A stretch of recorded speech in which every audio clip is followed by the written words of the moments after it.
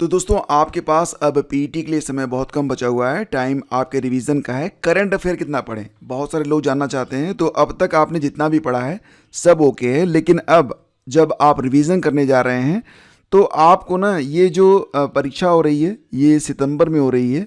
सितंबर के महीने में ये परीक्षा करवाई जा रही है। तो इतना तो तय है कि सितंबर में तो जो करंट है वो आएगा नहीं। इसके पहले जो आपका जो करंट अफेयर है अगस्त वाला, अगस्त को भी आप चाहें तो स्किप कर सकते हैं, क्योंकि बहुत बड़ी परीक्षा है, पेपर पहले ही बना होगा। तो अगस्त को भी आप स्किप कर सकते हैं। मैं तो कहूँगा कि आप 15 जुलाई तक, ये जो 15 जुलाई तक का करंट है इसको आप अच्छे से पढ़िए। उसके बाद आप चाहें तो स्किप कर सकते हैं। तो आप शुरू करिए 1 जनवरी से, और 1 जनवरी से लेकर 15 जुलाई तक का जो करंट है इसको ही मैं मोस्ट इम्पॉर्टेंट कहूँगा। और यही करंट अगर आप पढ़ लेते हैं तो यहीं से मैक्सिमम क्वेश्चन आप देख लेना, आपको मिल जाएंगे। ठीक है, तो आज का वीडियो आपके लिए बहुत इंपॉर्टेंट है। इसमें हम 1 जनवरी से लेकर अब तक जितने भी महत्वपूर्ण करंट हैं सारे करने को देखेंगे, और कोशिश करेंगे कि 1 जनवरी से लेकर 15 जुलाई तक का सारा जो इम्पॉर्टेंट मटेरियल है उसको हम डिस्कस कर लें। आइए स्टार्ट करते हैं। और हाँ, ये जो वीडियो है ये ऐसा नहीं कि सिर्फ पीईटी के लिए है, ये वीडियो बहुत इंपॉर्टेंट है। अगर आप देने जा रहे हैं, आपकी एलटी ग्रेड, जीआईसी प्रवक्ता या फिर जीडीसी देने वाले हैं, या फिर अगले ही महीने आपका यूपी पीसीएस है, ठीक है, सभी के लिए बहुत इंपॉर्टेंट है। चलिए आगे बढ़ते हैं। पहला क्वेश्चन बात करते हैं वोमेंस प्रीमियर लीग के बारे में। वोमेंस प्रीमियर लीग 2025, तो ये खिताब जीत लिया किसने? एमआई मुंबई इंडियन ने जीता है ये खिताब। वोमेंस प्रीमियर लीग 2025 आयोजन इसका फरवरी में हुआ था, 14 फरवरी से लेकर 15 मार्च तक। और आयोजन जो था वो बेंगलुरु, लखनऊ, मुंबई और बड़ोदरा में हुआ था। विजेता बना है मुंबई इंडियन दूसरी बार। ये इसका तीसरा संस्करण है, याद रखिएगा। दिल्ली कैपिटल को हराया था किसने? मुंबई इंडियन ने। पहला संस्करण इसका 2023 में हुआ था, तब विजेता बना था एमआई मुंबई इंडियन और हराया था। देखो अब तक जितने भी संस्करण हुए हैं दिल्ली कैपिटल सब में रनर अप ही रहा है, यानी कि खिताब जीतते रह गया है। तो पहला संस्करण मुंबई इंडियन ने जीता था, दिल्ली कैपिटल को हराया था। दूसरा संस्करण आरसीबी ने जीता था, दिल्ली कैपिटल को हराया था। और अब 2025 वाला जो संस्करण है इसको भी किसने जीत दिया है? तो ये भी संस्करण जो था इसका रिजल्ट सेम पहले ही दिया है, मुंबई इंडियन ने दिल्ली कैपिटल को हरा दिया है। ऑरेंज कैप ये दिया गया है नेट स्काईवर ब्रंट को, जो कि मुंबई इंडियन की खिलाड़ी हैं। पर्पल कैप मिला है किसको? एमेलिया केर को, ये भी मुंबई इंडियन के ही खिलाड़ी हैं, पार्टनर रहे Tata. Emerging player of the season Amanjot Kaur को दिया गया था। मोस्ट वैल्यूएबल प्लेयर चुने गए थे नेट स्काईवर मुंबई इंडियन। और फेयर प्ले अवार्ड ये मिला था गुजरात जियांट्स को, ये आप याद रखिएगा। ध्यान देना कि डब्ल्यूपीएल के इतिहास में 1000 रन बनाने वाली पहली खिलाड़ी भी बन गई हैं नेट स्काईवर। इन्होंने 29 मैच में 1027 रन बनाए हैं, ठीक है। और 2024 का जो आईपीएल हुआ था, आपको याद होगा ना, आईपीएल 2024, इसका 17वां संस्करण किसने जीता था? ये जीता था कोलकाता नाइट राइडर्स ने।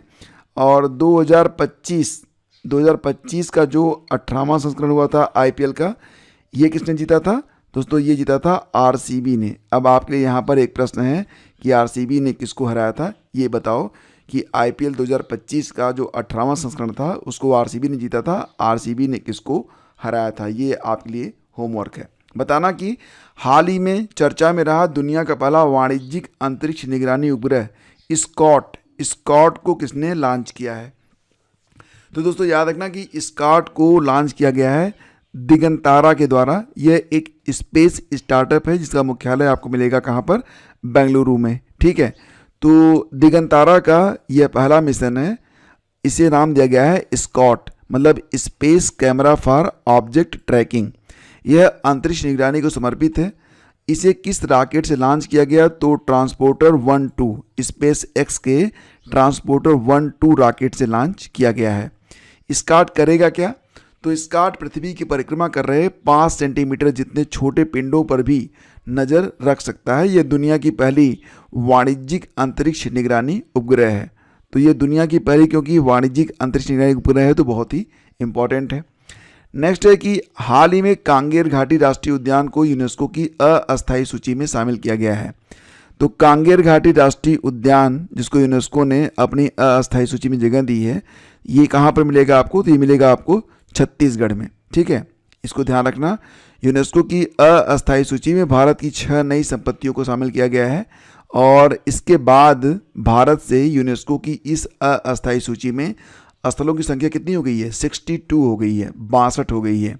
ये जो 6 नई संपत्तियां जो हैं यूनेस्को की अस्थायी सूची में शामिल की गई हैं, इनके नाम है कांगेर घाटी राष्ट्रीय उद्यान जो कि छत्तीसगढ़ में है, और है मुदुमल मेगालिथिक मेनहिर जो कि तेलंगाना में है, अशोकन शिलालेख स्थल जो कि कई राज्यों में है, 64 योगिनी मंदिर ये उड़ीसा और मध्य प्रदेश में है, गुप्त मंदिर ये कई राज्यों में है, और बुंदेलों का महल और किलों को भी शामिल किया गया है मध्य प्रदेश और उत्तर प्रदेश के।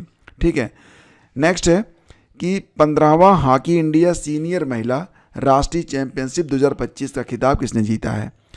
तो 15वां हॉकी इंडिया द्वारा आयोजित सीनियर महिला का राष्ट्रीय चैंपियनशिप है, 2025 में खेला गया था, तो इसको जीत लिया है झारखंड ने। ठीक है, और इसका नाम क्या है? Hockey India senior women national championship 2025। 15वां संस्करण 1 से 12 मार्च 2025 तक खेला गया था। कहाँ? तो इसे हरियाणा में खेला गया था, पंचकूला में। जीता है झारखंड, हराया किसको? हरियाणा को हराया, और इसका आयोजन मैंने बताया आपको कि हॉकी इंडिया के द्वारा किया गया।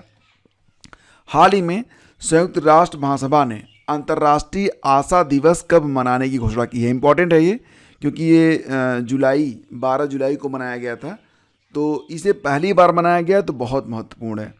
संयुक्त राष्ट्र महासभा ने अंतर्राष्ट्रीय आशा दिवस यानी कि इंटरनेशनल होप डे को डिक्लेयर किया है कि 12 जुलाई को प्रतिवर्ष इंटरनेशनल होप डे के रूप में मनाया जाएगा। तो बहुत इंपॉर्टेंट है, इसको याद रखना।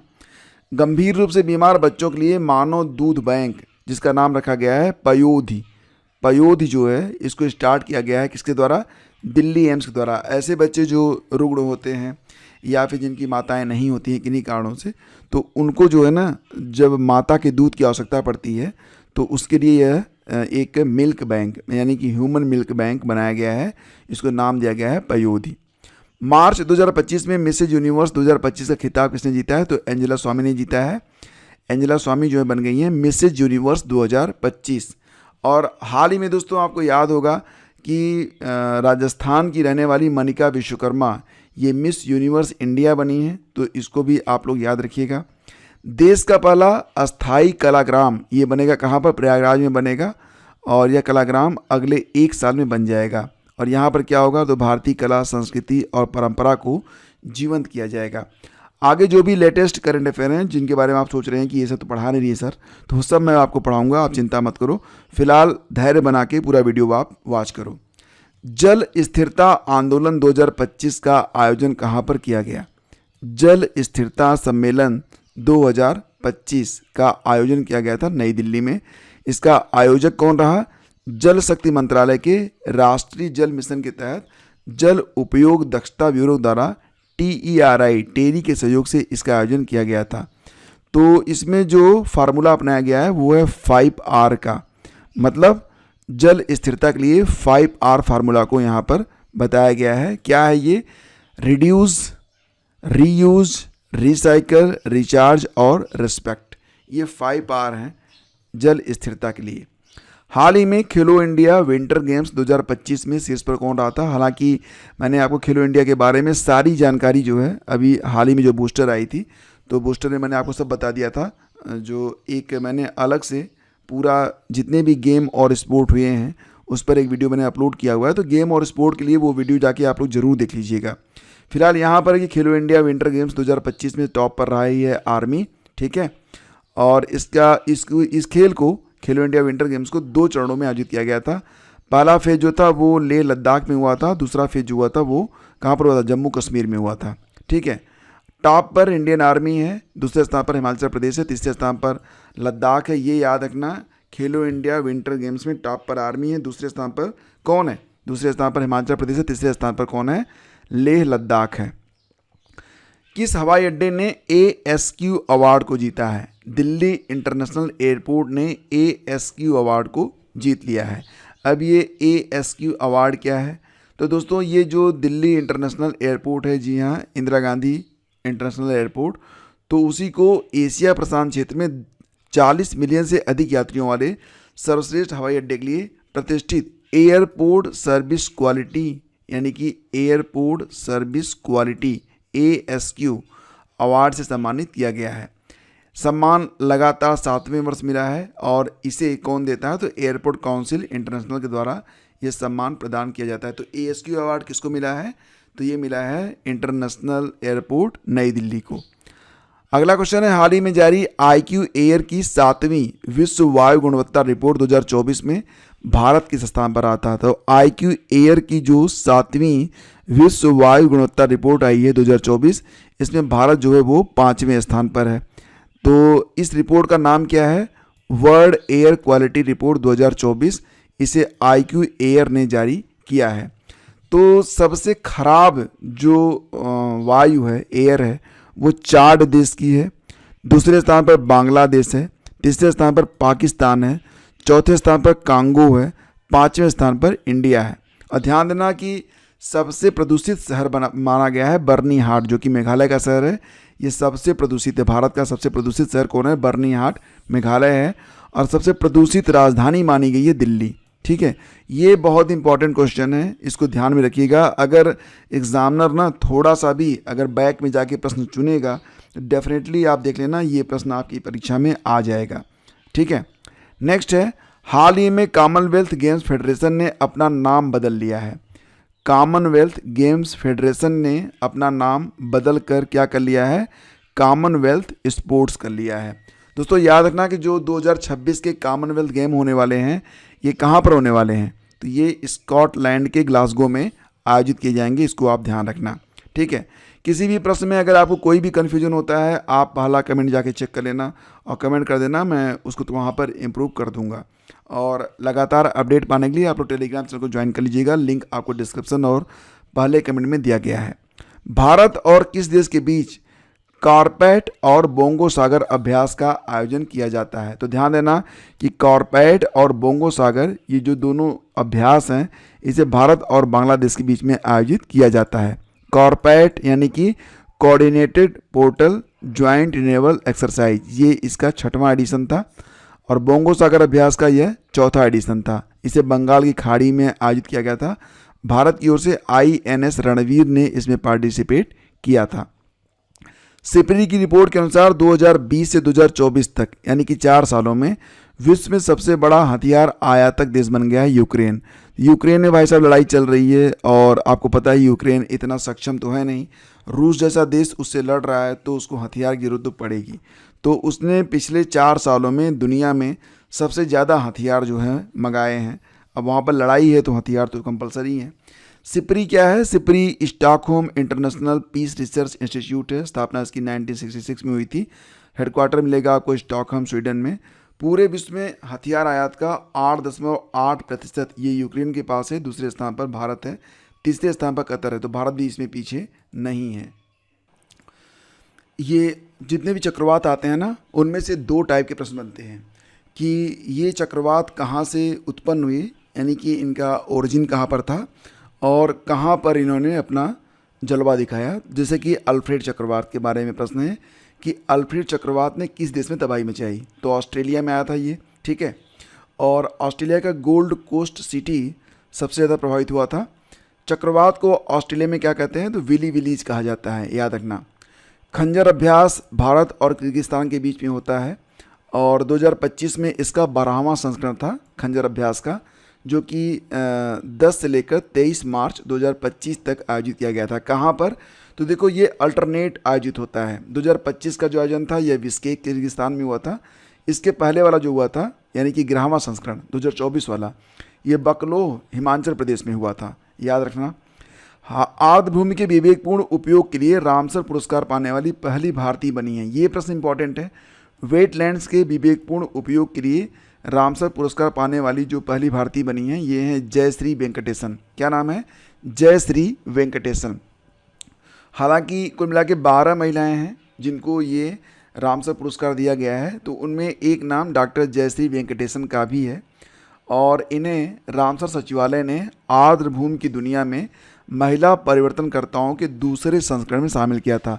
रामसर सचिवालय कहाँ पर स्थित है? तो दोस्तों ये स्थित है स्विट्जरलैंड के ग्लैन में। ठीक है, बात करते हैं आईफा 2025 के बारे में, बहुत ही इंपॉर्टेंट है ये। आईफा अवार्ड 2025 में बेस्ट फिल्म चुनी गई है कौन सी? लापता लेडीज़। तो आईफा 2025 में बेस्ट फिल्म कौन सी है? लापता लेडीज़, आपने देखी होगी। और आईफा का यह 25वां संस्करण था। 2025 में आईफा का 25वां संस्करण था, तो ये तो आपको याद हो जाएगा, थोड़ा सा मैच हो रहा है। 2025 में 25वां संस्करण लापता लेडीज़ बेस्ट फिल्म है। और second time host in India, इसे दूसरी बार भारत में आयोजित किया गया है। कहाँ पर? जयपुर, राजस्थान में। पहली बार 2019 में हुआ था, मुंबई में हुआ था। और ध्यान रखें 2024 में जो इसका 24वां संस्करण था ये यूएई में हुआ था, यानी कि पिछला संस्करण इसका कहाँ पर हुआ था? यूएई में हुआ था। प्रेजेंट वाला जो है इसे जयपुर, राजस्थान, भारत में आयोजित किया गया था। जो यहाँ पर पुरस्कार दिए गए अवार्ड, बेस्ट फिल्म चुनी गई लापता लेडीज़, बेस्ट एक्टर चुने गए हैं कार्तिक आर्यन भूल भुलैया 3 के लिए। देखो भूल भुलैया सीरीज में ना थोड़ा सा बात करते हैं, मुझे भूल भुलैया 1 के बाद कोई भी फिल्म इसकी अच्छी नहीं लगी।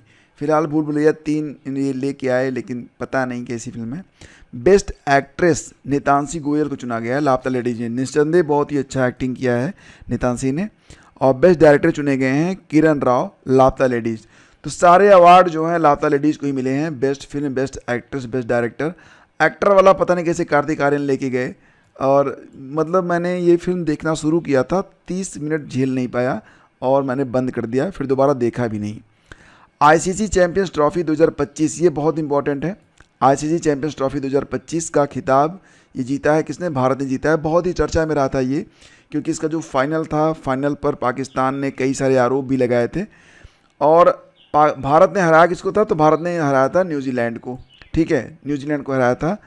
प्रायोजक जो था पाकिस्तान था, लेकिन क्योंकि भारतीय टीम पाकिस्तान गई नहीं तो फाइनल हुआ था यूएई में। प्लेयर ऑफ द मैच चुने गए थे रोहित शर्मा और प्लेयर ऑफ द टूर्नामेंट चुने गए थे सचिन रविंद्र। आयोजन इसका 19 फरवरी से लेकर 9 मार्च 2025 तक किया गया था। ठीक है, नेक्स्ट है छठी एशियाई महिला कबड्डी चैंपियनशिप 2025 की विजेता टीम कौन सी है? तो छठवीं जो एशियाई महिला कबड्डी चैंपियनशिप खेली गई थी।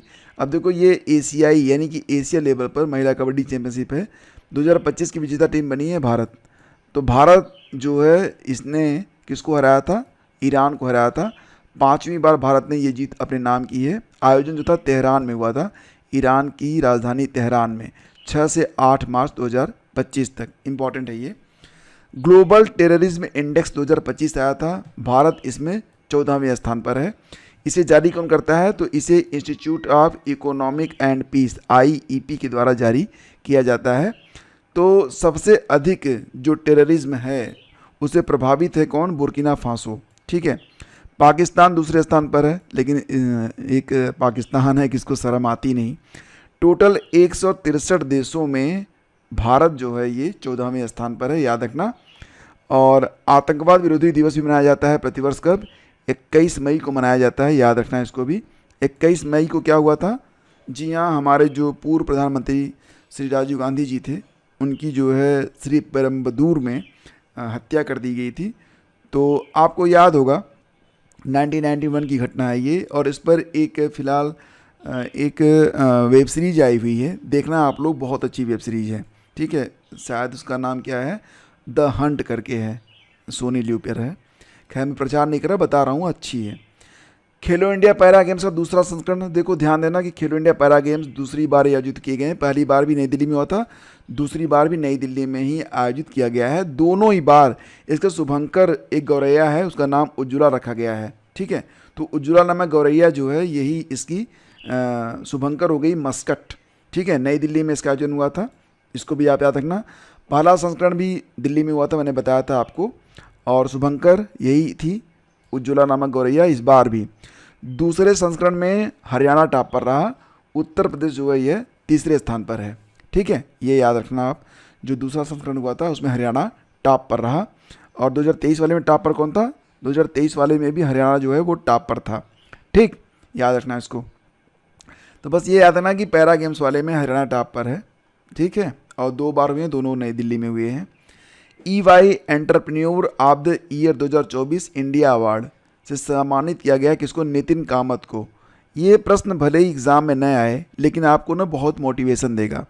नितिन कामत कौन है?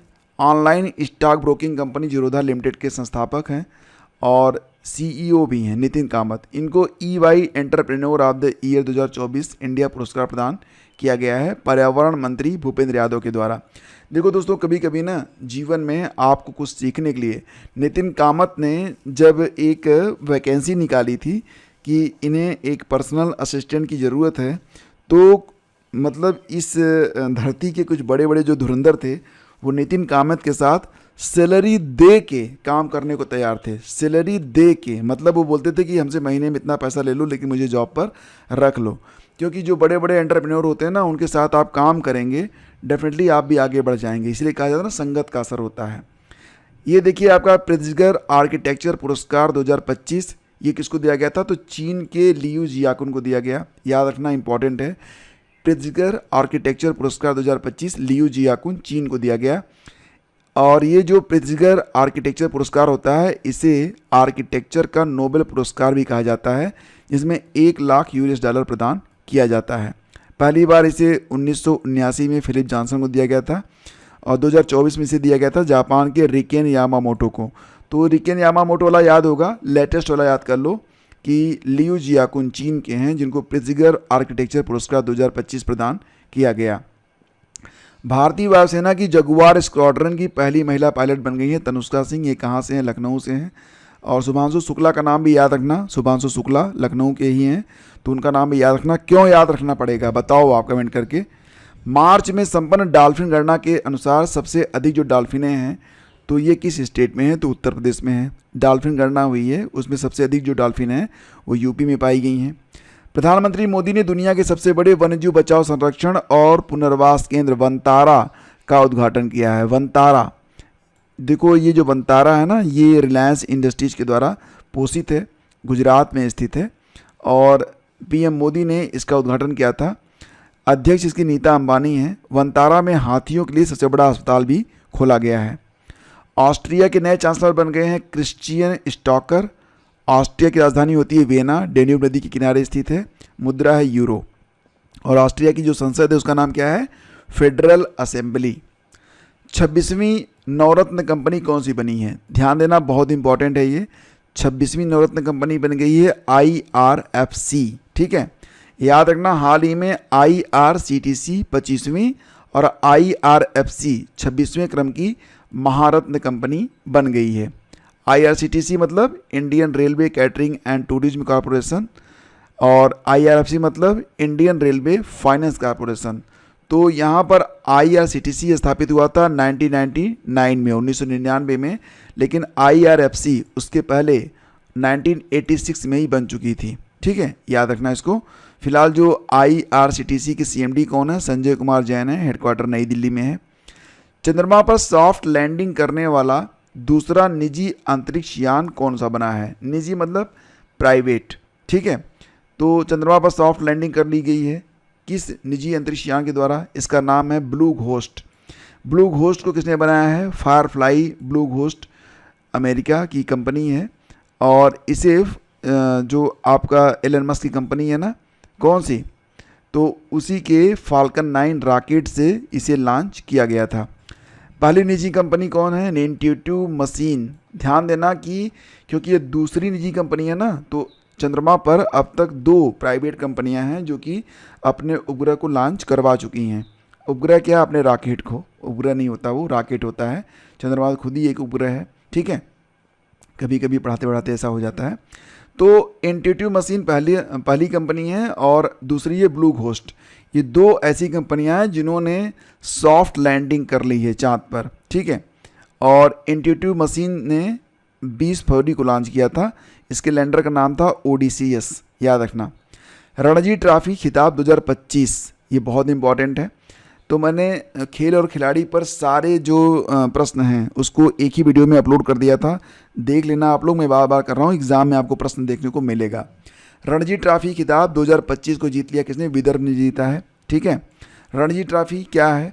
रणजी ट्रॉफी भारत में खेली जाने वाली प्रथम श्रेणी क्रिकेट प्रतियोगिता है जिसका आयोजन कौन करता है? BCCI करता है 1934 से। रणजी ट्रॉफी 2024-25 का विजेता बना है विदर्भ। विदर्भ ने किसको हराया था? केरल को हराया था। और विदर्भ टीम का कप्तान कौन है? अक्षर वाडकर हैं। और पहला संस्करण कब हुआ था? मैंने आपको बताया 1934-35 में। तब कौन जीता था? तो पहला संस्करण इसका जीता था बॉम्बे ने। ये प्रश्न इंपॉर्टेंट है, विश्व वन्यजीव दिवस प्रतिवर्ष कब मनाया जाता है? तो 3 मार्च को होता है विश्व वन्यजीव दिवस, ठीक है। और इसकी थीम क्या है? वन्यजीव संरक्षण, वित्त, लोगों और ग्रह में निवेश। 3 मार्च को वन्यजीव और वनस्पति को लुप्त प्राय प्रजातियों के अंतर्राष्ट्रीय व्यापार पर कन्वेंशन यानी कि CITES साइट्स को 1973 में अपनाए जाने की याद में मनाया जाता है। 97वें एकेडमी अवार्ड, बात हो रही है यहाँ पर ऑस्कर अवार्ड के बारे में। तो ऑस्कर अवार्ड 2025 के बारे में बात करते हैं, मोस्ट इम्पॉर्टेंट टॉपिक। तो दोस्तों ऑस्कर अवार्ड 2025 में बेस्ट फिल्म चुनी गई थी कौन सी? अनोरा। अनोरा बेस्ट फिल्म है। बेस्ट एक्टर चुने गए हैं द ब्रूटलिस्ट मूवी के actor Adrien Brody. Adrien Brody ये द ब्रूटलिस्ट मूवी के एक्टर हैं जिनको बेस्ट एक्टर चुना गया है। और अनोरा फिल्म में काम करने वाली माइकी मेडिसिन को चुना गया है बेस्ट एक्ट्रेस। और ये जो अनोरा फिल्म बनाने वाले हैं तो सीन ब्रेकर इनको बेस्ट डायरेक्टर चुना गया है। आपने देखा ना, मैंने ऊपर आपको बताया था कि आईफा अवार्ड में क्या हुआ था, लापता लेडीज में ही पूरा क्रम रहा था बेस्ट एक्टर को छोड़ के। तो बेस्ट एक्टर आईफा में कौन बन गया था? कार्तिक आर्यन को बना दिया था। बाकी सारे अवार्ड जो है दे दिए थे उठा के लापता लेडीज को। उसी प्रकार से ऑस्कर में भी सारे अवार्ड यहाँ पर best actress, best director, best film Anora चुनी गई है। बेस्ट एक्टर वाला ये चुन लिया गया है ब्रूटलिस्ट मूवी के हीरो एड्रिन ब्रॉडी को, ठीक है। बस इतना याद रखना। बात करते हैं बाफ्टा के बारे में। बाफ्टा अवार्ड यानी कि British academy of film and television award, ये भी इम्पोर्टेंट है। तो देखो इसका आयोजन हुआ था कहाँ पर? रॉयल फेस्टिवल हॉल लंदन में। 78वां संस्करण था ये। बेस्ट फिल्म चुनी गई है कनक्लेव। बाफ्टा में बेस्ट फिल्म चुनी गई है कनक्लेव। बेस्ट एक्टर चुने गए हैं एड्रिन ब्रॉडी द ब्रूटलिस्ट के लिए, जैसा कि ऑस्कर में भी एड्रिन ब्रॉडी को ही चुना गया था और बाफ्टा में भी एड्रिन ब्रॉडी को ही बेस्ट एक्टर का अवार्ड मिल गया। बेस्ट एक्ट्रेस मिकी मेडिसिन चुनी गई हैं अनोरा मूवी के लिए। मैंने आपको बताया था कि अनोरा मूवी के लिए ऑस्कर भी इन्हीं को मिला था बेस्ट एक्ट्रेस का। बेस्ट डायरेक्टर चुने गए हैं लेकिन चेंज हो गया है। अभी मैंने आपको बताया था कि ऑस्कर में जो बेस्ट डायरेक्टर चुने गए थे वो सीन ब्रेकर थे अनोरा के लिए, लेकिन यहाँ पर बेस्ट डायरेक्टर चुन लिया गया था ब्रेडी कार्बेट को, जो कि द ब्रूटलिस्ट के डायरेक्टर हैं। आउटस्टैंडिंग ब्रिटिश फिल्म चुनी गई है कंक्लेव। और यहाँ द ब्रूटलिस्ट और कंक्लेव में सबसे ज़्यादा 4 अवार्ड जीते हैं, ठीक है। बात कर लेते हैं गोल्डन ग्लोब अवार्ड के बारे में। तो गोल्डन ग्लोब अवार्ड ये इसका 82वां संस्करण था, ठीक है। बाफ्टा का 78वां था और साथ ही साथ ऑस्कर का कौन सा था? ऑस्कर का यह 97वां था, 97। ये याद रखना क्रम भी, ठीक है, क्योंकि क्या पूछ ले आजकल पता नहीं चल रहा है।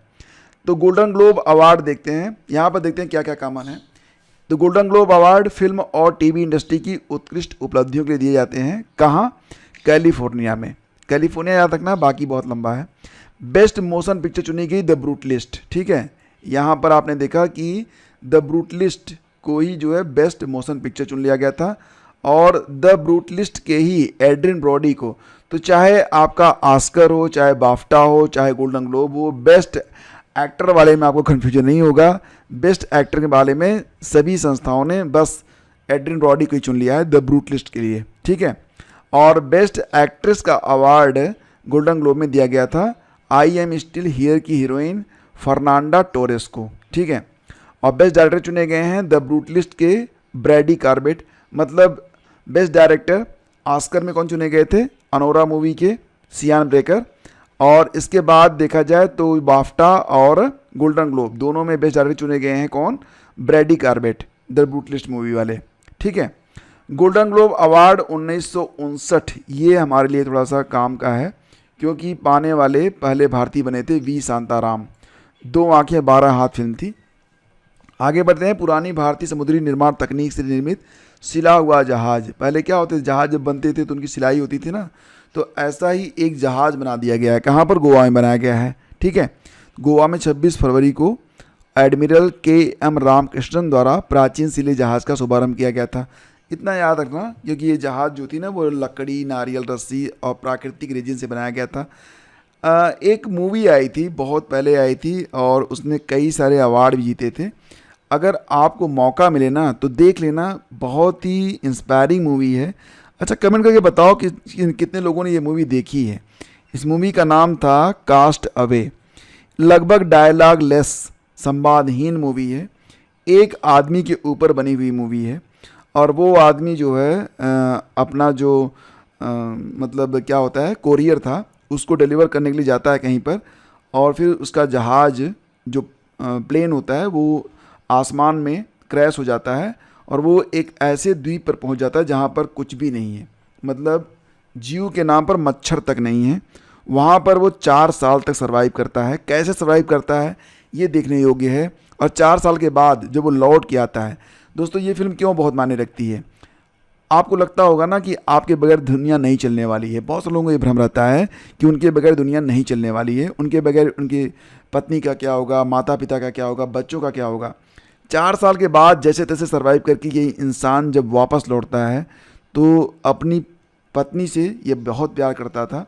सबसे पहले ये अपनी पत्नी से मिलने जाता है तो उसकी पत्नी इसको देखकर खुश नहीं होती, क्योंकि वो अपना नया जीवन साथी चुन रही होती है, और वो इससे कहती है कि काश तुम मर गए होते। बहुत ही शॉकिंग लगता है मुझे ये देख के। और ये इंसान मूवी जब ख़त्म होती है तो एक चौराहे पर आकर खड़ा होता है, और इसे समझ में नहीं आता कि वो कहाँ जाए।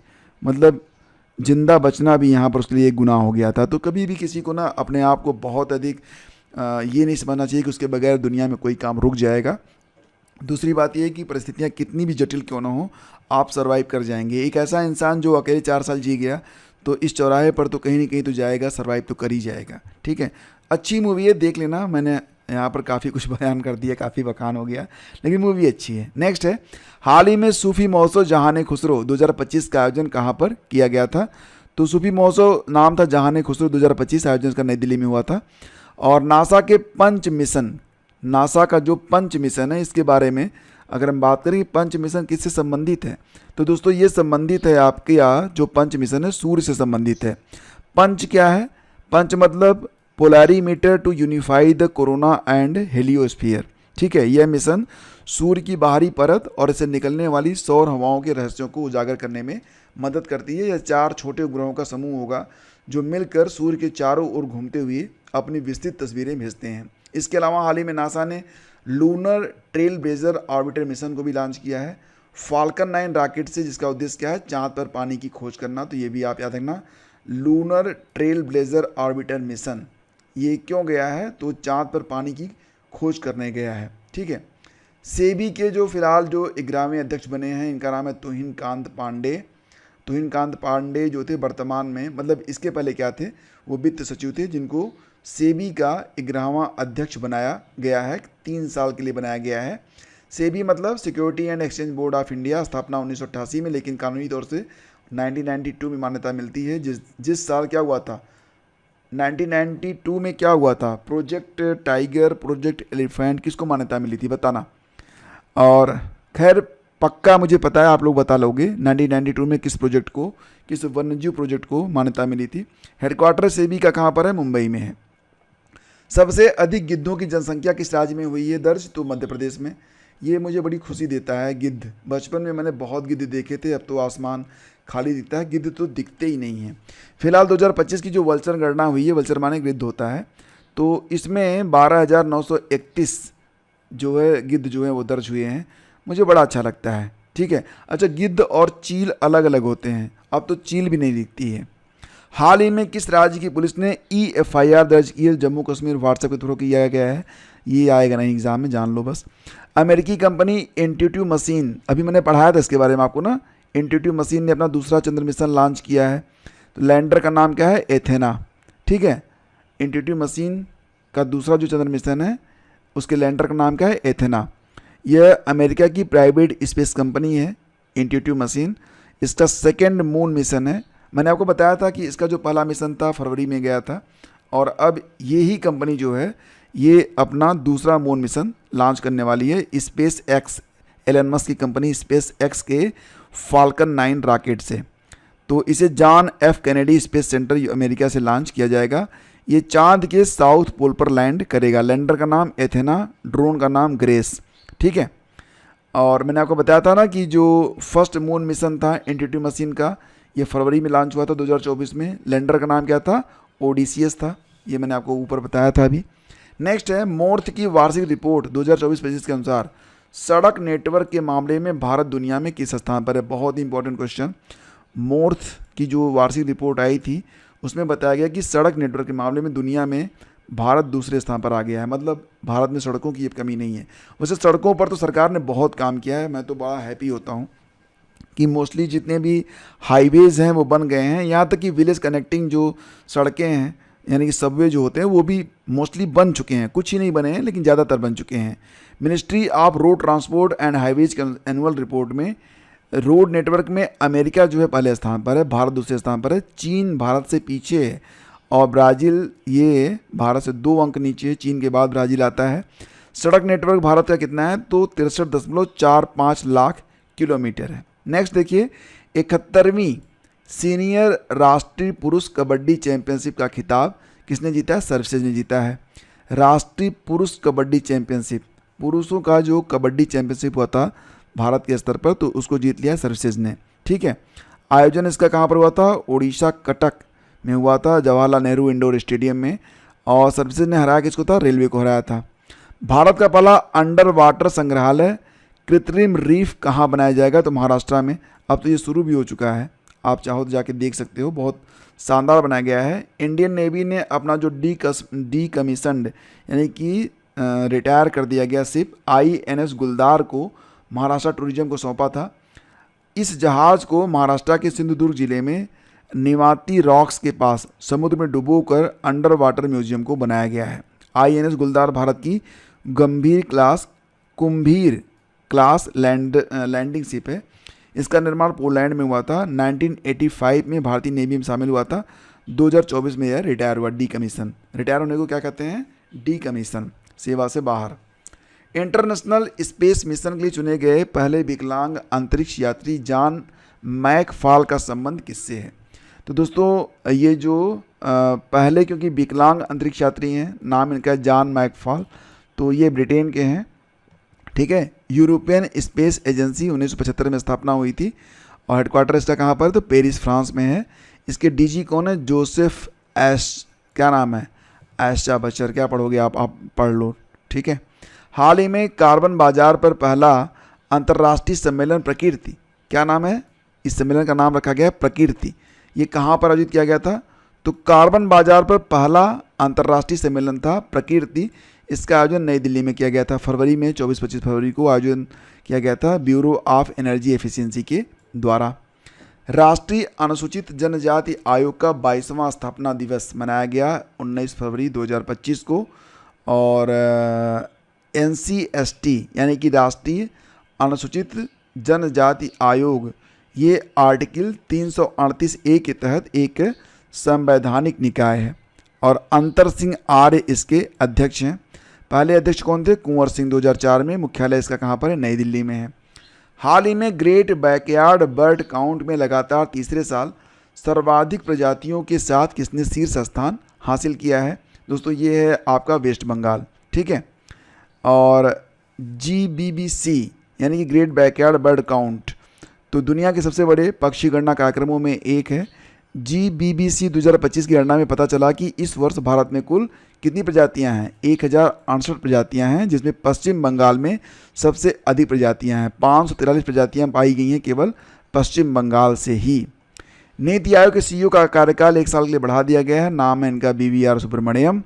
और आपको पता ही है कि वर्तमान में नीति आयोग की जो उपाध्यक्ष हैं डॉक्टर सुमन के बेरी हैं। CEO कौन है? BVR सुब्रमण्यम है। 1 साल और रहेंगे। विश्व चिंतन दिवस मनाया गया था 22 फरवरी को। थीम रखी गई थी आवर स्टोरी। और ये एक ज्वालामुखी है, नाम याद रखना, माउंट डुकोनो। माउंट डुकोनो कहाँ पर पाया गया यानी कि ये कहाँ पर है? तो इंडोनेशिया में है। टाइम मैगजीन द्वारा वुमेन्स ऑफ द ईयर 2025 किस भारतीय महिला को शामिल किया गया था? तो टाइम मैगजीन के द्वारा वुमेन्स ऑफ द ईयर 2025 में डॉक्टर पूर्णिमा देवी वर्मन को शामिल किया गया है। यह असम की वन्यजीव विज्ञानी हैं। ठीक है। तो इनको 2 बार 2017 में और 2024 में वेटले गोल्ड अवार्ड भी मिल चुका है। तो ये जो डॉक्टर पूर्णिमा देवी वर्मन हैं, ये हरगिला या ग्रेटर एडजुटेंट स्टार की आबादी बढ़ाने में फ़िलहाल काम कर रही हैं। 2025 में मिस वर्ल्ड कॉन्टेस्ट की मेज़बानी करेगा कौन? तो ये करेगा तेलंगाना। तो आयोजन तो हो भी चुका है और थाईलैंड की रहने वाली जो सुंदरी हैं उनको मिस वर्ल्ड 2025 घोषित किया गया है। क्या नाम है इनका? नाम है ओपल सुचाता। कहाँ की हैं? थाईलैंड की हैं, याद रखना, ठीक है। किस राज्य में गुटखा और पान मसाला का 1 साल का प्रतिबंध लगा दिया गया? तो झारखंड में। धर्मा गार्जियन अभ्यास आप जानते हैं भारत और जापान के बीच में हुआ, 6वां संस्करण था। जापान के माउंट फिजी में इसका आयोजन किया गया था। ये 2 साल में एक बार होता है, ठीक है। गूगल का भारत में सबसे बड़ा परिसर अनंत नाम से खोला जाएगा बेंगलुरु में। और हाल ही में देश का पहला बायो बैंक कहाँ पर शुरू हुआ है? तो देश का पहला बायो बैंक स्टार्ट किया गया दार्जिलिंग चिड़ियाघर पश्चिम बंगाल में। इसका दूसरा नाम क्या है? Padmaja Naidu Himalayan zoological park. यहाँ लुप्त प्राय जानवरों की कोशिका और ऊतकों के नमूने एकत्र किए जाएंगे और उनका संरक्षण भी किया जाएगा। इस बायो बैंक को फ्रोजन जू के नाम से भी जाना जाता है। भारत के नए मुख्य चुनाव आयुक्त बन गए हैं ज्ञानेश कुमार, फरवरी 2025 में बने थे। फिलहाल चर्चा में हैं क्योंकि राहुल गांधी ने वोट चोरी पर एक नया मुद्दा उठाया जिस पर ज्ञानेश कुमार का जो बयान था उसको लोगों ने पसंद नहीं किया था। तो ध्यान रखना कि भारत के संविधान में भाग 15 में, किसमें? भाग 15 में अनुच्छेद 324 से 329 के बीच में चुनाव आयोग का वर्णन है। मोस्ट इंपॉर्टेंट लाइन है दोस्तों, यहाँ से प्रश्न बनते हैं। चुनाव आयोग की स्थापना हुई थी 1950 में 25 जनवरी को। 25 जनवरी को ही वोटर्स डे भी मनाया जाता है और पहले जो इलेक्शन कमिश्नर थे वो सुकुमार सेन बने थे। BBC Indian sport women of the year, BBC द्वारा Indian sports women of the year चुनी गई हैं मनु भाकर, फरवरी 2025 में। जबकि emerging player of the year चुनी गई हैं शीतल देवी तीरंदाजी में। लाइफ टाइम अचीवमेंट अवार्ड दिया गया है मैथिली राज को क्रिकेट में, ध्यान देना। और मनु भाकर की जो उपलब्धियां हैं तो उसमें एक मुख्य रूप से ये है कि मनु भाकर जो हैं खेल रत्न पुरस्कार भी जीत चुकी हैं, तो ये नाम भी आप याद रखना। और कुल मिला के 4 खेल रत्न पुरस्कार दिए गए थे। क्या क्या नाम थे मैंने आपको कई बार बताया, आप बताना कि इस साल का जो खेल रत्न पुरस्कार है वो किन 4 खिलाड़ियों को दिया गया है, ठीक है, ये आपको बताना है। एक नाम तो हो गया आपका मनु भाकर, एक शतरंज से हैं, एक हॉकी से हैं और एक पैरा एथलीट और हैं। मनु भाकर तो शूटिंग से हैं। ये 4 नाम आपको बताने हैं। नेक्स्ट है एशियन विंटर गेम्स 2025 में पदक तालिका में टॉप पर चीन रहा है। एशियन विंटर गेम के बारे में बात हो रही है। पदक तालिका में टॉप पर कौन है? चीन है, ठीक है। इसका 9वां संस्करण था जो कि 1 से 14 फरवरी तक आयोजित किया गया था।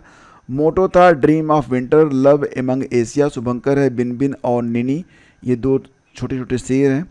पदक तालिका में टॉप पर चाइना है, दूसरे स्थान पर साउथ कोरिया है, जापान तीसरे स्थान पर है, कजाकिस्तान चौथे स्थान पर है, भारत शून्य है, भारत ने कोई मेडल नहीं जीता था।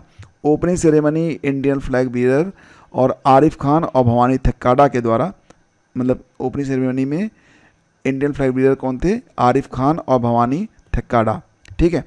नेक्स्ट है ग्लोबल टूरिज्म रेजिलियंस डे, ये कब मनाते हैं? वैश्विक पर्यटन लचीलापन दिवस, ये होता है आपका 17 फरवरी 2025 को मनाया गया, तो ये ध्यान रखना। और देखो अब बात हो रही है यहाँ पर टूरिज्म के बारे में, तो जो महत्वपूर्ण दिवस हैं एक बार उनको देख लेते हैं।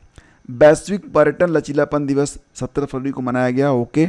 लेकिन विश्व पर्यटन दिवस कब होता है? यहाँ पर विश्व पर्यटन लचीलापन की बात हो रही थी 17 फरवरी को, लेकिन पर्यटन दिवस कब होता है? तो 27 सितंबर को होता है।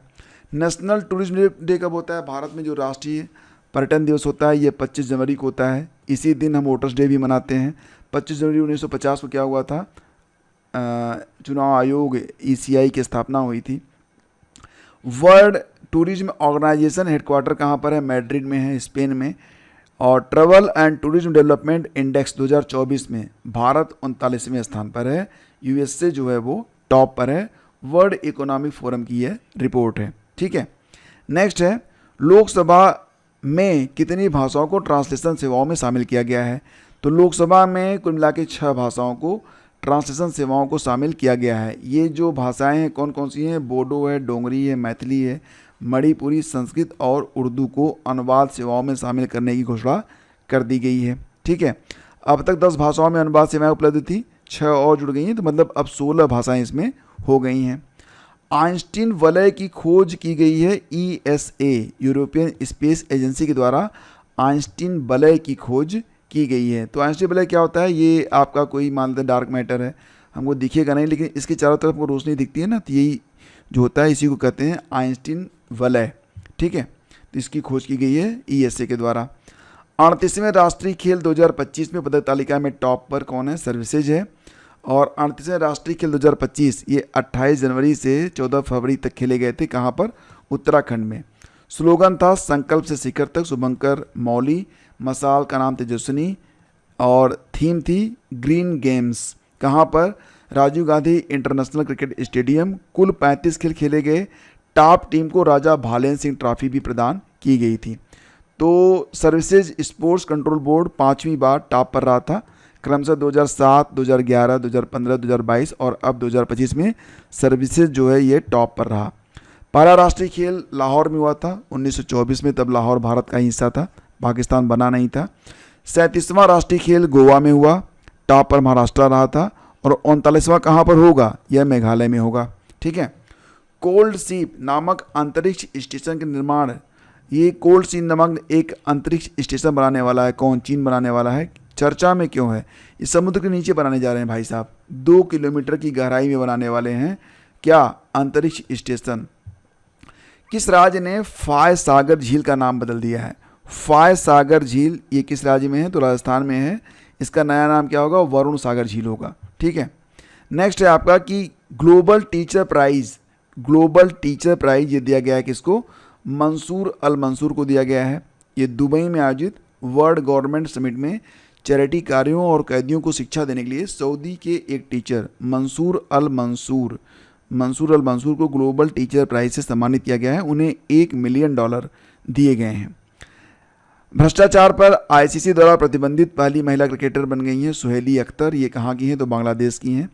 आईसीसी ने इनको प्रतिबंध लगा दिया है। ये पहली महिला क्रिकेटर हैं, नाम इनका सुहेली अख्तर। तीसरा भारत ऊर्जा सप्ताह 2025 ये नई दिल्ली में शुरू हुआ था। और विश्व सरकार शिखर सम्मेलन, क्या?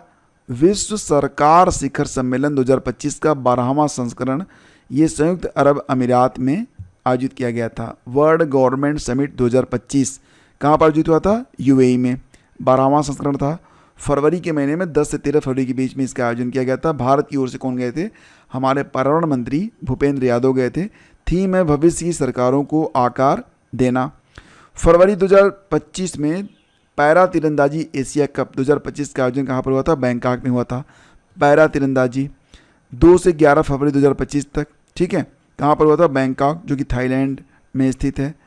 भारत ने यहाँ पर 12 मेडल जीते हैं, 6 गोल्ड हैं जिसमें।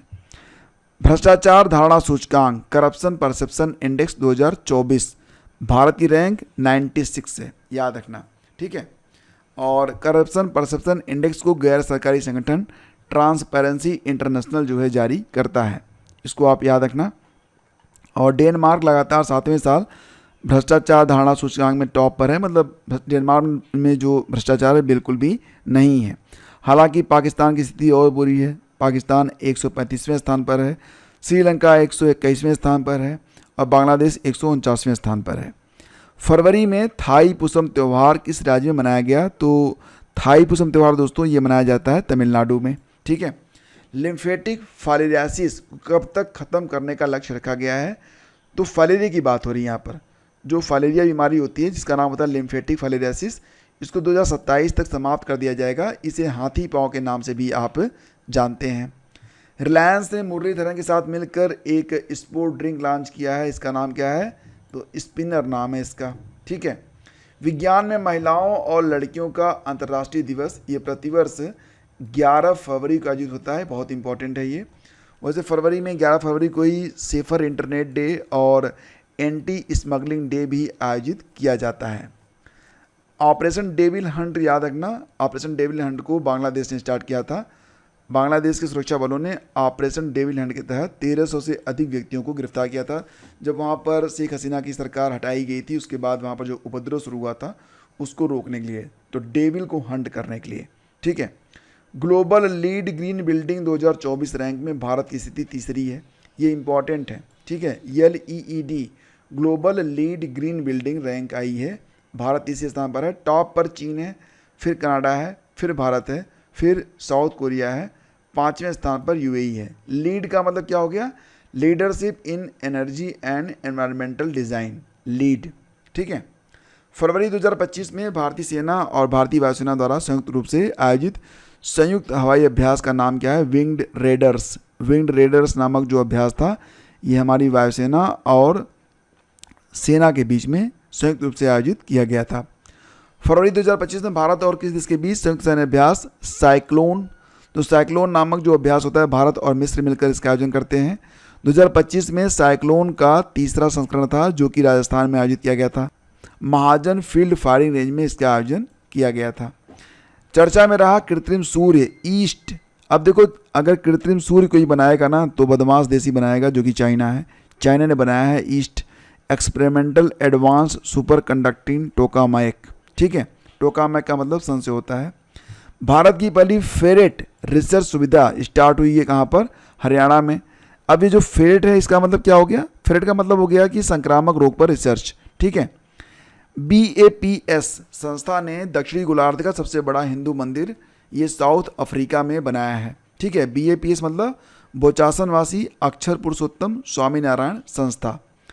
विश्व दलहन दिवस प्रतिवर्ष कब होता है? 10 फरवरी को होता है।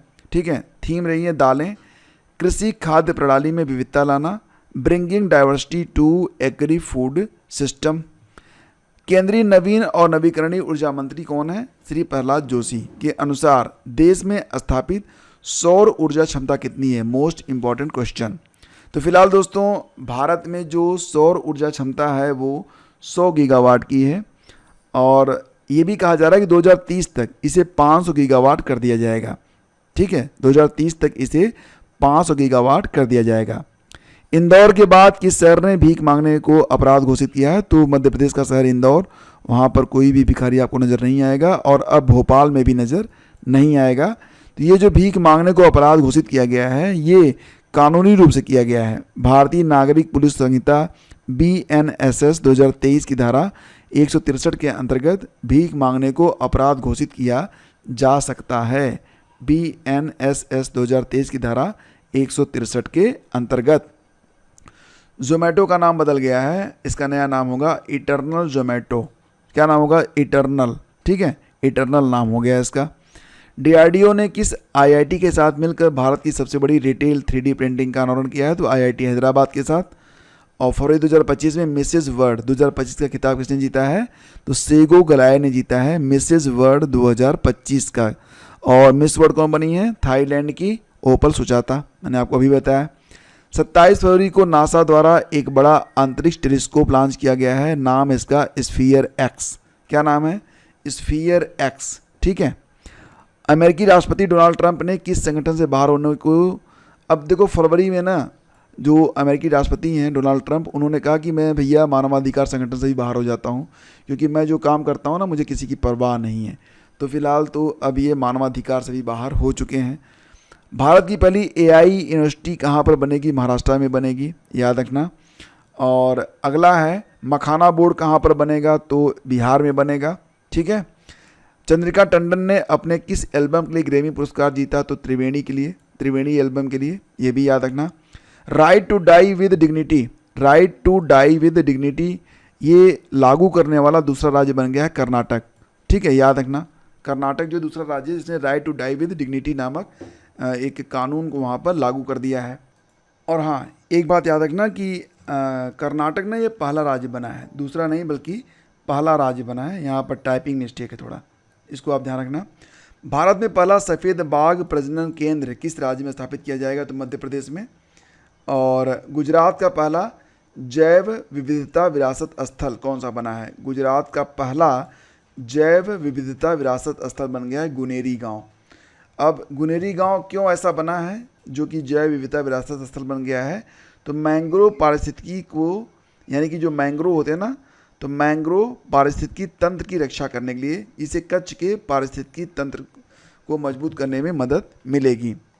दूसरा ICC women's under 19 T20 World Cup किसने जीत लिया है? बहुत इंपॉर्टेंट है ये।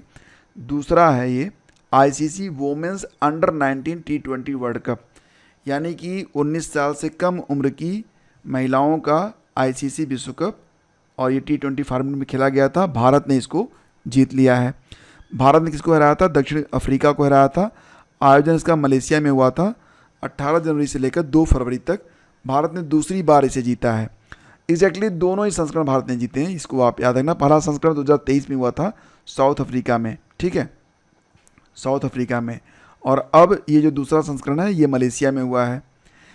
विश्व कैंसर दिवस प्रतिवर्ष होता है 4 फरवरी को, कई बार एग्जाम में पूछा गया है। और इस साल यानी कि 2025 की, 2026 की, 2027 की थीम एक ही है, यूनाइटेड बाय यूनिक। ये थीम याद रखना। 4 फरवरी को होता है विश्व कैंसर दिवस, 2 फरवरी को होता है वर्ल्ड वेटलैंड डे, ठीक है, याद रखना। कर्मयोगी वीरांगना, यह एक किताब है जिसे राष्ट्रीय महिला आयोग की अध्यक्षा विजया रहाटकर के द्वारा लिखा गया है। और मैंने आपको बताया था ना कि 2 फरवरी को होता है विश्व आर्द्रभूमि दिवस। तो थीम क्या है? थीम है protecting wetlands for our common future, ठीक है, याद रखना। विश्व पुस्तक मेला 2025 फोकस देश कौन सा है? तो रूस है। और इसका आयोजन कब से कब तक किया गया? 1 से 9 फरवरी 2025 तक किया गया। कहाँ पर? नई दिल्ली के भारत मंडपम में, प्रगति मैदान में। उद्घाटन किसने किया था? राष्ट्रपति ने। आयोजन करता है कौन? NBT, नेशनल बुक ट्रस्ट, ठीक है। थीम रही है रिपब्लिक एट 75। किस राज्य की उधवा झील को रामसर सूची में शामिल किया गया है? तो भारत से 4 नए स्थलों को रामसर सूची में शामिल किया गया है। तो हालांकि अब रामसर स्थल कितने हो गए हैं? तो देखो पहले 89 हो गए थे, अब बढ़कर 91। तो 89 जब हुए थे तो उस समय 4 नए स्थल थे। उधवा झील झारखंड से, खेचो पालरी वेटलैंड सिक्किम से, सकारा कोटी बर्ड सेंचुरी तमिलनाडु से, और थीरथंगल बर्ड सेंचुरी तमिलनाडु से। तमिलनाडु से 2 थे, एक सिक्किम से और एक झारखंड से था। तो कुल 89 हो गए थे। ये जो अपडेट है लेटेस्ट, इसमें 91 हो चुके हैं। और जो 2 नए शामिल हुए हैं उनका नाम क्या है? ये दोनों खींचन और मैनार नाम है, ठीक है। दोनों ही मिलेंगे आपको राजस्थान से, ठीक है, ये आप याद रखना। तो अब कितने हो गए वेटलैंड्स? 91 हो गए हैं। भारत का सबसे बड़ा जो रामसर स्थल है यह पश्चिम बंगाल का सुंदरबन है। सबसे छोटा जो है रेणुका है, हिमाचल प्रदेश का। इंदौर व उदयपुर वेटलैंड सिटी प्रमाणन प्राप्त शहरों की सूची में शामिल हैं। और भारत में जो आर्द्र भूमियाँ हैं उनको 8 भागों में बांटा गया है। एग्जाम में आ जाएगा, उत्तर नहीं दे पाएंगे लोग कि भारत की जो आर्द्र भूमियाँ हैं उनको कितने भागों में बांटा गया है। तो 8 भागों में, इसको आप याद रखना। ये देखो प्रश्न है कि 2025-26 के बजट में किस मंत्रालय को सबसे अधिक बजट का आवंटन किया गया है? तो वित्त मंत्रालय को। वित्त मंत्रालय को सबसे अधिक बजट दिया गया है बजट 2025-26 में, इसको आप याद रखना। इसकी थीम क्या है? सबका विकास, ठीक है। राजकोषीय घाटा GDP का 4.4% तक लाना है, ये टारगेट हमने रखा हुआ है।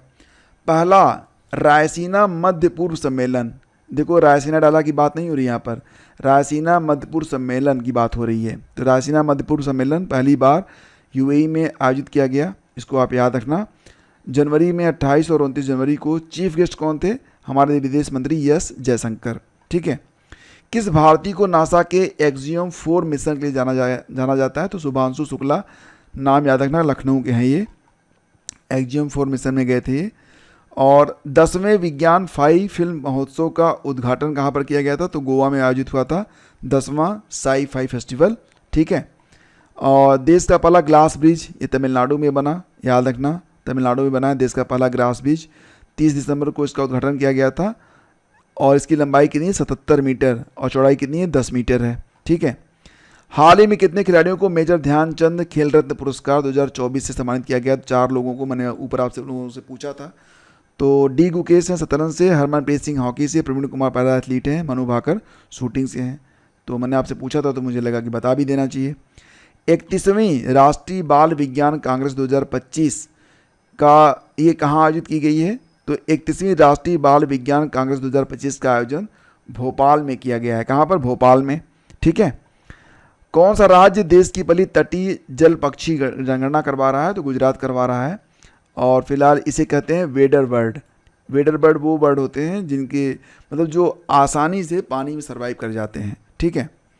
भारतीय रेलवे का प्रस्तावित 69वां मंडल बनेगा जम्मू मंडल, याद रखना। अभी तक कितने मंडल हैं? 68 डिवीज़न है, अब कितने हो जाएंगे? 69 हो जाएंगे। एक बात याद रखना कि अमेरिका, चीन और रूस के बाद भारत दुनिया का 4था सबसे बड़ा रेलवे नेटवर्क है। यानी कि अगर हम देखें सड़क के बारे में, तो सड़क के मामले में भारत दूसरे स्थान पर है, भारत दूसरे स्थान पर है। और रेलवे नेटवर्क के मामले में, रेलवे पटरी के मामले में भारत 4थे स्थान पर है, ये याद रखना। और ये भी कि भारतीय रेल एकल प्रबंधन के तहत दुनिया की सबसे बड़ी रेलवे प्रणाली है। इसमें 12.5 लाख कर्मचारी काम कर रहे हैं। विदेश मंत्रालय ने 2025 के प्रवासी भारतीय पुरस्कारों के लिए कितने नामों की घोषणा की है? तो 2025 के जो प्रवासी भारतीय पुरस्कार होते हैं इसमें 27 नाम घोषित किए गए हैं। ये 27 लोग 23 देशों से हैं, ठीक है, याद रखना। और ये भी याद रखना कि उड़ीसा की राजधानी भुवनेश्वर में 8 से 10 जनवरी 8, 9, 10 जनवरी 2025 को 18th भारतीय प्रवासी सम्मेलन का आयोजन किया गया, ठीक है। भारत सरकार ने कब तक अंटार्कटिका में मैत्री-2 अनुसंधान केंद्र स्थापित करने की घोषणा की है? 2029 तक, याद रखना। मैत्री-2 रिसर्च सेंटर पूर्वी अंटार्कटिक में लगाया जाएगा। भारत ने अंटार्कटिका में अब तक 3 अस्थायी अनुसंधान केंद्र बनाए हैं। दक्षिण गंगोत्री 1983, मैत्री 1989, भारती 2012 में। तो वर्तमान में केवल मैत्री और भारती ही काम कर रहे हैं, ये भी आप याद रखना। UNFCCC इसका फुल फॉर्म कई बार पूछा गया है। United Nation Convention to Climate Change, स्थापना होती है 1994 में। यूनाइटेड नेशन यहाँ पर EF होना चाहिए था, framework. United nation framework convention on climate change इसका फुल फॉर्म होता है, तो फ्रेमवर्क यहाँ से गड़बड़ा गया है। तो इसके अंतर्गत दोस्तों ना, जो कॉन्फ्रेंस ऑफ पार्टीज 1 पहली बैठक हुई थी 1995 में हुई थी। कहाँ पर हुई थी? बर्लिन, जर्मनी में हुई थी। और 2024 में जो बैठक हुई थी COP20 के नाम से, ये बाकू अजरबैजान में हुई थी। 2005 से 2020 तक कुल 36% की कमी हुई है, किसमें? ग्रीन हाउस गैसों में, ग्रीन हाउस गैस उत्सर्जन में, ठीक है। और क्लाइमेट एक्शन पर COP28 की बैठक UAE में, COP27 की बैठक इजिप्ट में, COP30 की बैठक होगी ब्राज़ील में, COP8 ये बैठक हुई थी नई दिल्ली में, कब हुई थी? 2002 में हुई थी। COP21 ये इंपॉर्टेंट है, जो कि पेरिस में आयोजित किया गया था। तो सारे पॉइंट्स यहाँ पर मैंने एक साथ रख दिए हैं ताकि आप अच्छे से इसे समझ पाएँ। वर्ष 2025 और उसके बाद लेने वाले बच्चों की नई पीढ़ी का क्या नाम रखा गया है? तो जनरेशन बीटा। याद रखना, यहाँ से प्रश्न बन सकते हैं। जेन जेड का मतलब ऐसे बच्चे जो 1995 से 2009 के बीच में जन्मे हैं, उनको कहा जाता है जेन जेड। जेन अल्फ़ा कहा जाता है 2010 से लेकर 2024 तक के बीच में जो जन्मे हैं, उनको कहा जाएगा जेन अल्फ़ा।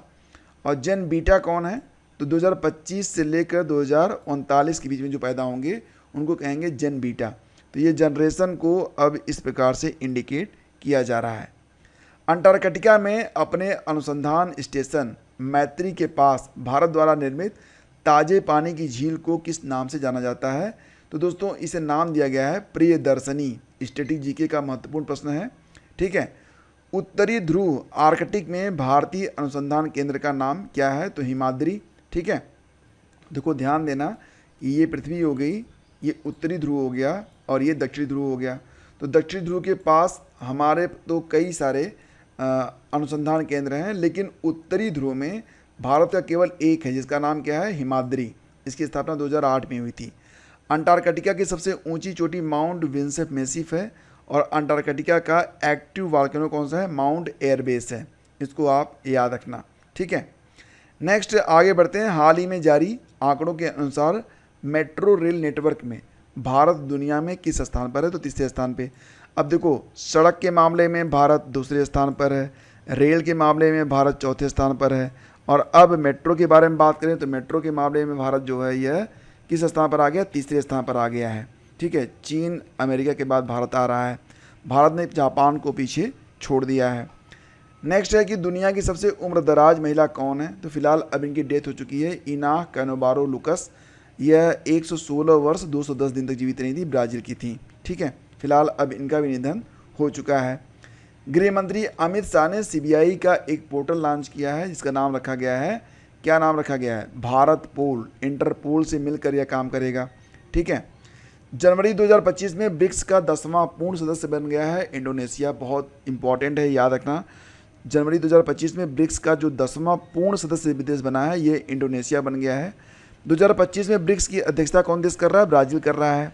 2025 में ब्रिक्स का 17वां सम्मेलन है ये, और 2023 का आयोजन कहाँ पर हुआ था? तो रूस में हुआ था, ये भी आप याद रखना। 1 जनवरी 2024 को ब्रिक्स में 4 नए देश सदस्य बने थे, इजिप्ट, इथियोपिया, ईरान और UAE। सऊदी अरब और अर्जेंटीना ने मना कर दिया था। 2025 इंडोनेशिया ब्रिक्स में शामिल हुआ है, ठीक है। यहाँ पर देखिए पूछा गया कि 18वें प्रवासी भारतीय दिवस कार्यक्रम 2025, इसका आयोजन मैंने बताया था आपको, भुवनेश्वर उड़ीसा में हुआ था। तो मुख्य अतिथि चीफ गेस्ट बने थे कौन? त्रिनिदाद और टोबैगो के राष्ट्रपति क्रिस्टिन कंगालू। ठीक है। प्रवासी भारतीय दिवस प्रतिवर्ष 9 जनवरी को होता है। थीम है इस साल की विकसित भारत की दिशा में प्रवासी भारतीयों का योगदान। आयोजन भुवनेश्वर में हुआ था, उड़ीसा में।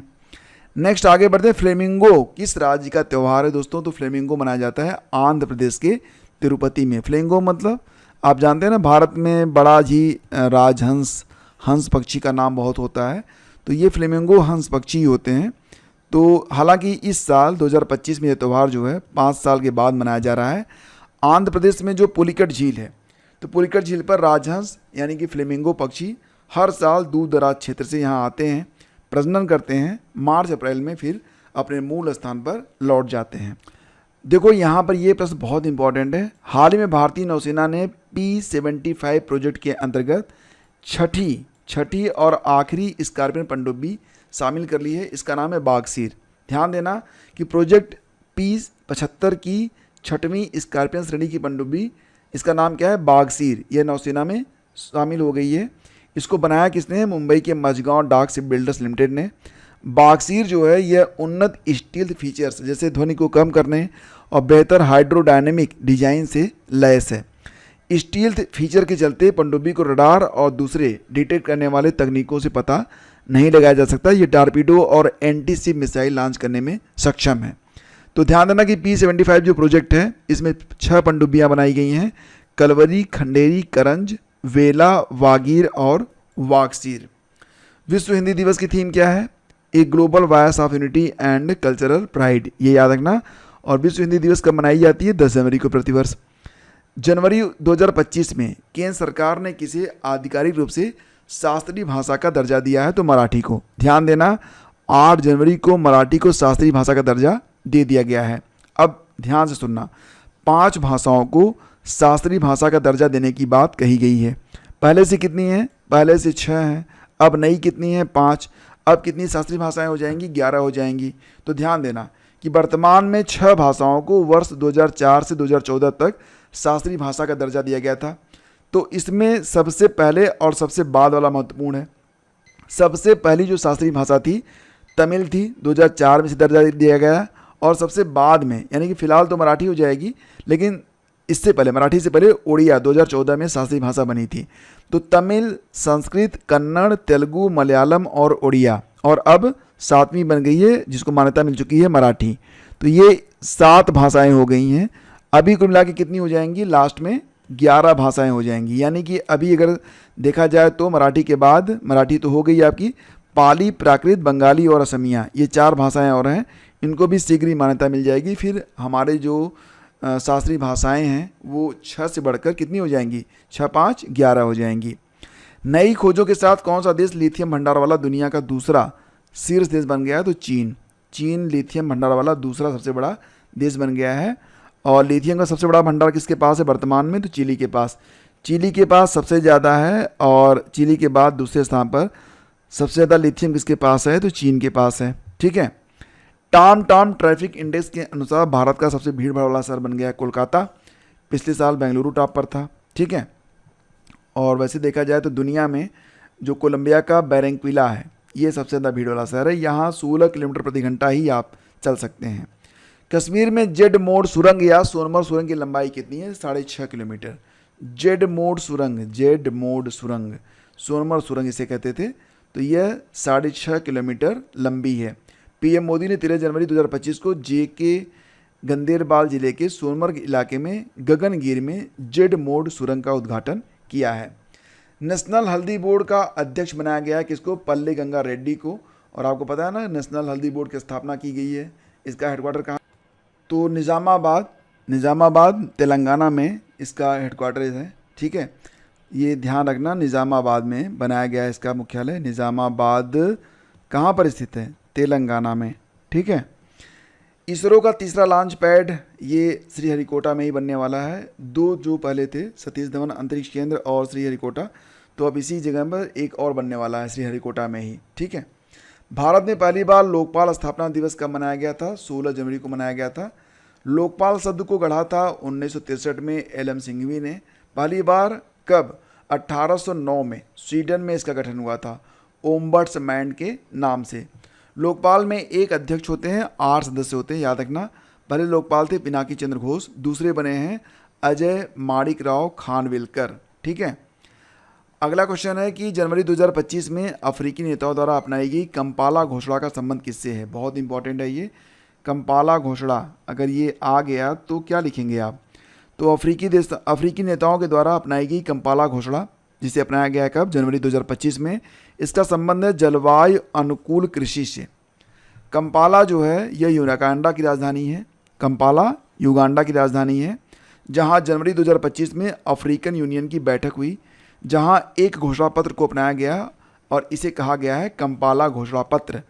इस घोषणा पत्र में कृषि को आधुनिक व सस्टेनेबल बनाने की बात कही गई है।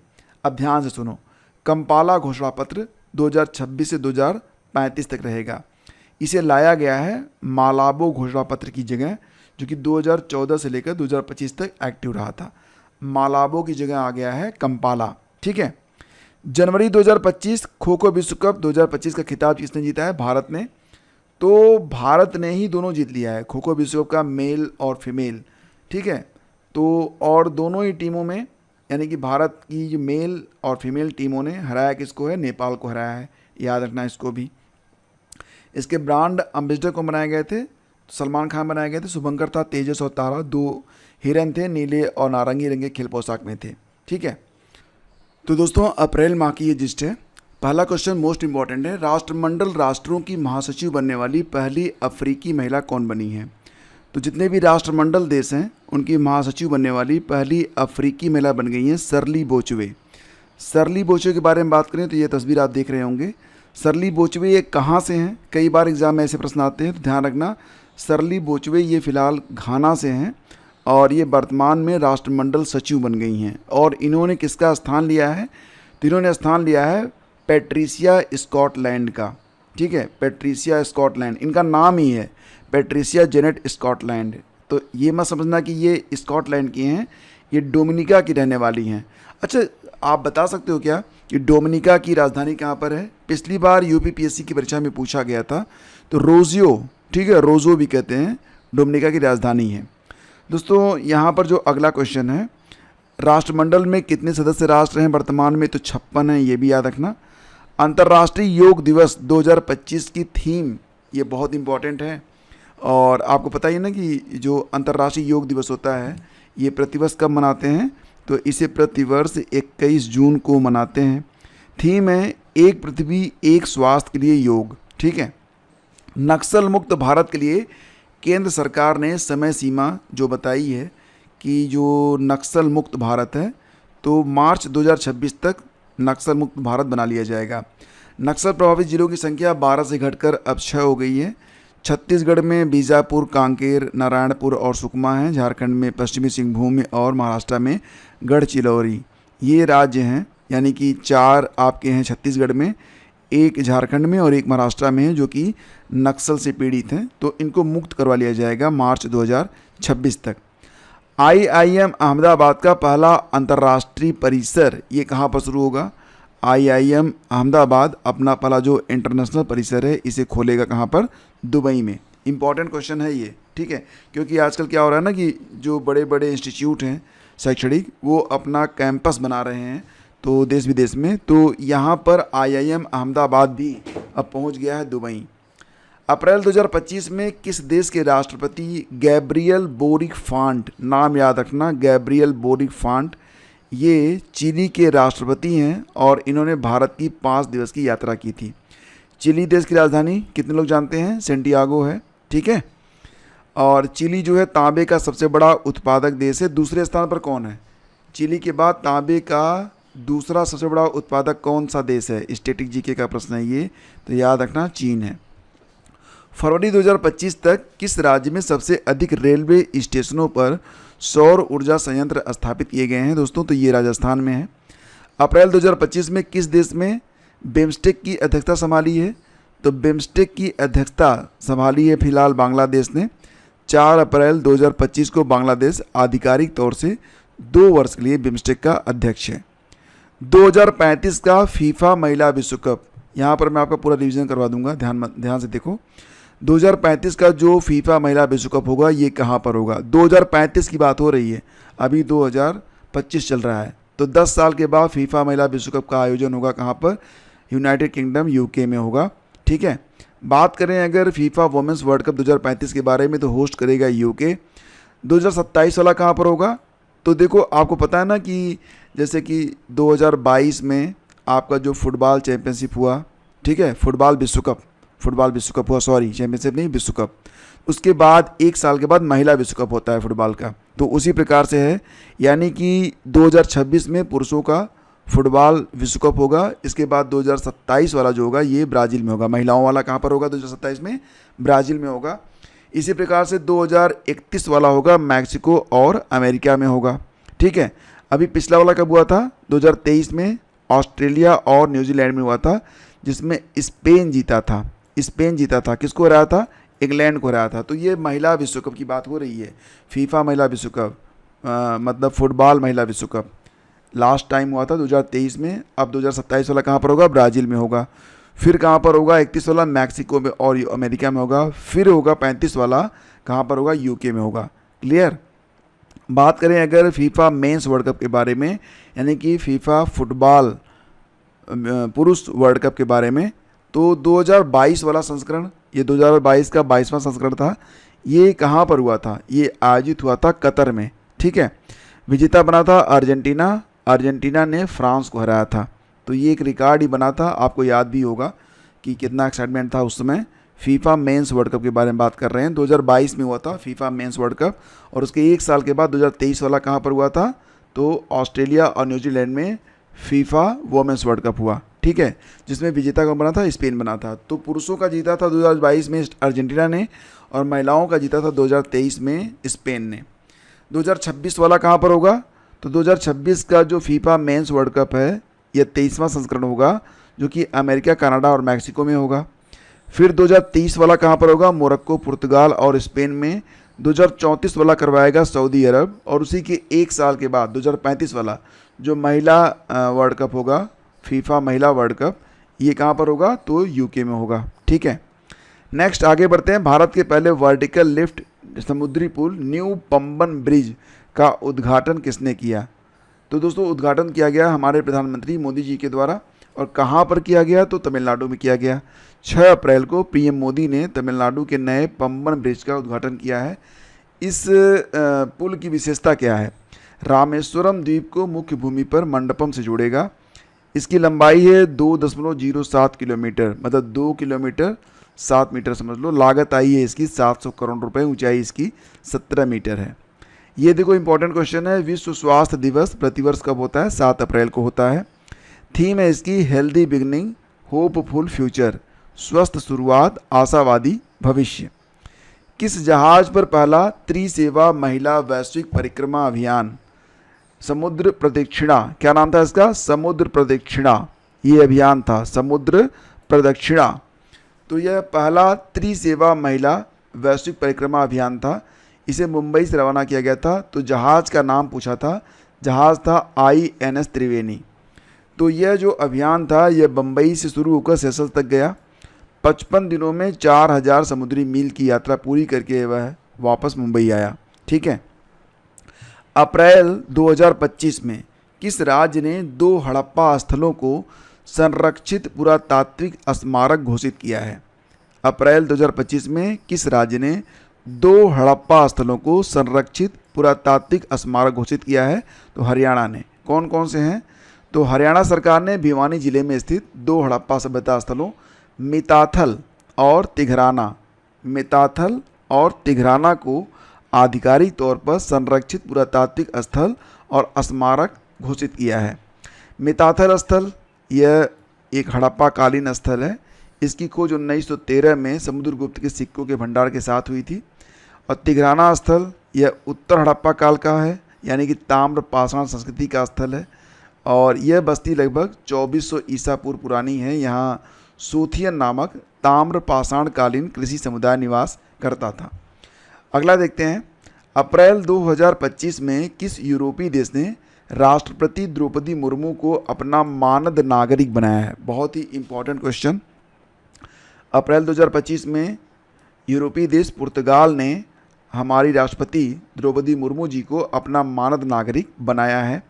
और राष्ट्रपति द्रौपदी मुर्मू ने 7 से 10 अप्रैल तक पुर्तगाल और स्लोवाकिया की यात्रा की थी। ध्यान रखना कि 7 से 10 अप्रैल तक हमारी जो राष्ट्रपति हैं उन्होंने सबसे पहले पुर्तगाल फिर स्लोवाकिया की यात्रा की है। यहाँ से प्रश्न बन सकते हैं। पहले कहाँ गई थी? वो पुर्तगाल गई थी, जहाँ उन्हें पुर्तगाल के लिस्बन शहर का मानद नागरिक बनाया गया। उन्हें लिस्बन शहर का प्रतिष्ठित की ऑफ ऑनर दिया गया।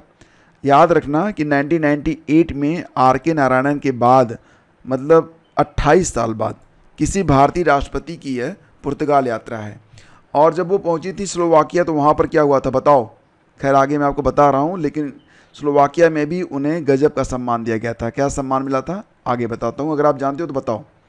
जम्मू कश्मीर और लद्दाख हाई कोर्ट, जैसा कि आप जानते हैं ना, जम्मू कश्मीर और लद्दाख का हाई कोर्ट एक ही है, तो ये ज्वाइंट हाई कोर्ट है जम्मू कश्मीर और लद्दाख का। इसके नए चीफ जस्टिस बन गए हैं अप्रैल में, जस्टिस अरुण पल्ली, नाम याद रखना।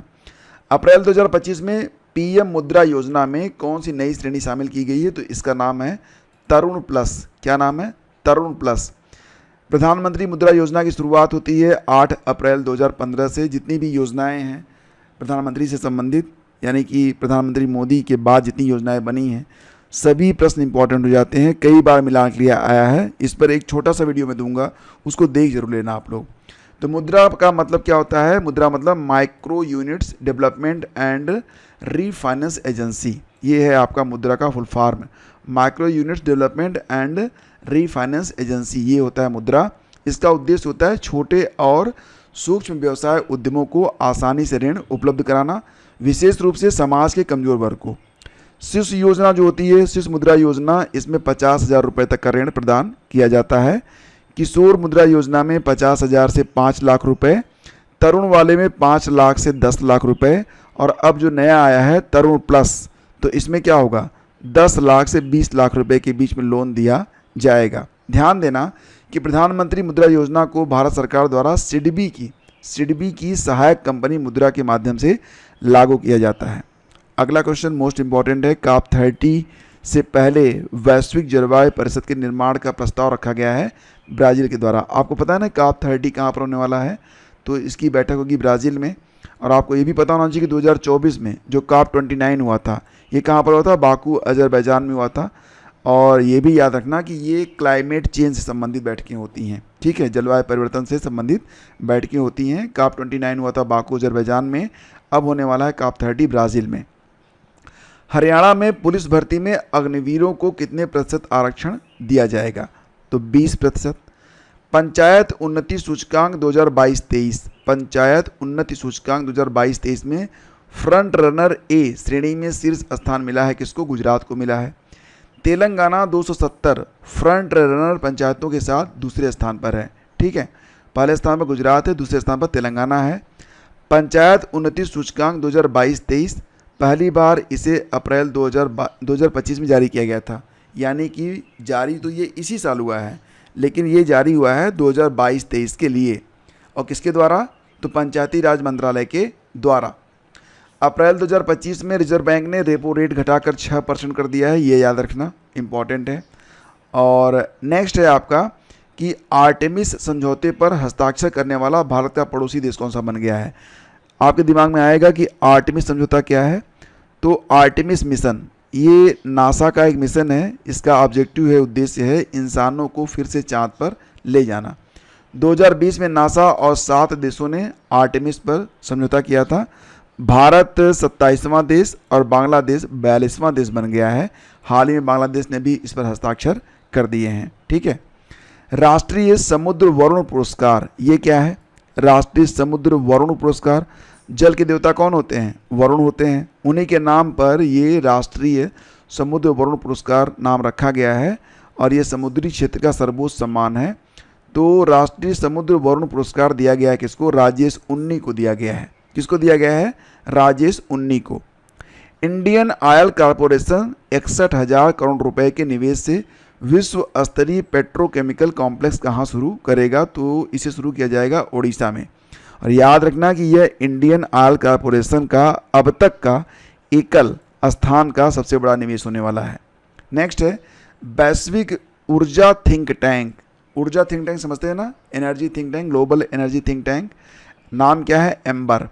एम्बर की एक रिपोर्ट आई थी कि वर्ष 2024 में पवन और सौर ऊर्जा दोनों नवीकरणीय हैं, पवन और सौर ऊर्जा से बिजली उत्पादन करने वाले देशों में भारत का स्थान तीसरा हो गया है। यानी कि हम भी अब धीरे धीरे हवा से और सोलर से खूब बिजली पैदा कर रहे हैं, तीसरे स्थान पर आ गए हैं भाई साहब। तो एम्बर की ये रिपोर्ट क्या थी? ग्लोबल इलेक्ट्रिसिटी रिव्यू रिपोर्ट, ये 6वां संस्करण था। रिपोर्ट के अनुसार 2024 में पवन और सौर ऊर्जा से वैश्विक बिजली का 15% उत्पादन हुआ, जिसमें भारत की हिस्सेदारी 10% रही। ठीक है। और दोस्तों बात करें तो भारत पवन और सौर ऊर्जा से बिजली उत्पादन में जर्मनी को पीछे छोड़ चुका है।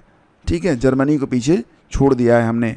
नेक्स्ट है आपका खुबानी ब्लॉसम्स फेस्टिवल। खुबानी जानते हैं ना क्या होता है? एक फल होता है, जब वो खिलता है तो उस समय एक त्यौहार मनाते हैं। कहाँ पर? लद्दाख में। ये इंस्पायर्ड है, आपको याद होगा मेघालय में एक चेरी ब्लॉसम फेस्टिवल होता है, तो उसी से इंस्पायर्ड होकर खुबानी ब्लॉसम फेस्टिवल यहाँ पर मनाया जाता है। और भारत का पहला high altitude climate research station, समझ रहे हैं? ये भारत का पहला है, तो इम्पोर्टेंट हो ही गया एग्ज़ाम के लिए। हाई एल्टीट्यूड यानी कि बहुत ऊंचाई पर है ये, क्लाइमेट यानी कि आपका वेदर से संबंधित ये शोध करेगा। क्लाइमेट रिसर्च स्टेशन का जो क्लाइमेट का मतलब सिर्फ वेदर नहीं होता है, क्लाइमेट का मतलब बहुत कुछ होता है, इसका मतलब पर्यावरण होता है। तो इसे जो है जम्मू कश्मीर में स्थापित किया गया है। पूरा नाम है Himalaya high altitude atmospheric and climate research centre. Next है, अब देखो ये प्रश्न आ गया आपका ना, स्लोवाकिया। पुर्तगाल और स्लोवाकिया की यात्रा की गई थी हमारी राष्ट्रपति द्रौपदी मुर्मू जी के द्वारा 7 से 10 अप्रैल के बीच में। तो वो पहले गई थी पुर्तगाल में लिस्बन शहर का उन्हें नागरिक बना दिया गया था। फिर पहुंची स्लोवाकिया ने उन्हें मानद डॉक्टरेट की उपाधि दे दी। ठीक है, तो बहुत ही महत्वपूर्ण है दोनों बिंदु, याद आ जाएंगे आपको, देख लेना अगर एग्जाम में आया ना आपको तुरंत याद आ जाएगा। नेक्स्ट है रिकॉर्ड समय में दुनिया का पहला 3D प्रिंटेड ट्रेन स्टेशन बनाया गया। कहाँ पर? दुनिया का पहला 3D प्रिंटेड ट्रेन स्टेशन बना दिए, 6 घंटे बनाया गया था जापान में। और हमने भी बना दिया था। हमने क्या बनाया था? लद्दाख में एक अपना सैनिक यानी कि सेना का एक स्टेशन बना दिया था, हमने लद्दाख में बनाया था।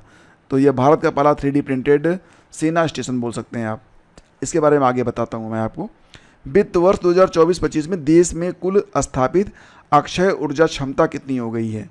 तो 2024-25 में हमारे पास कुल जो अक्षय ऊर्जा क्षमता है वो 220.10 गीगावाट हो गई है। 2030 तक हम इसे 500 गीगावाट पर ले जाने वाले हैं, ये भी ध्यान रखना, इंपॉर्टेंट क्वेश्चन है ये।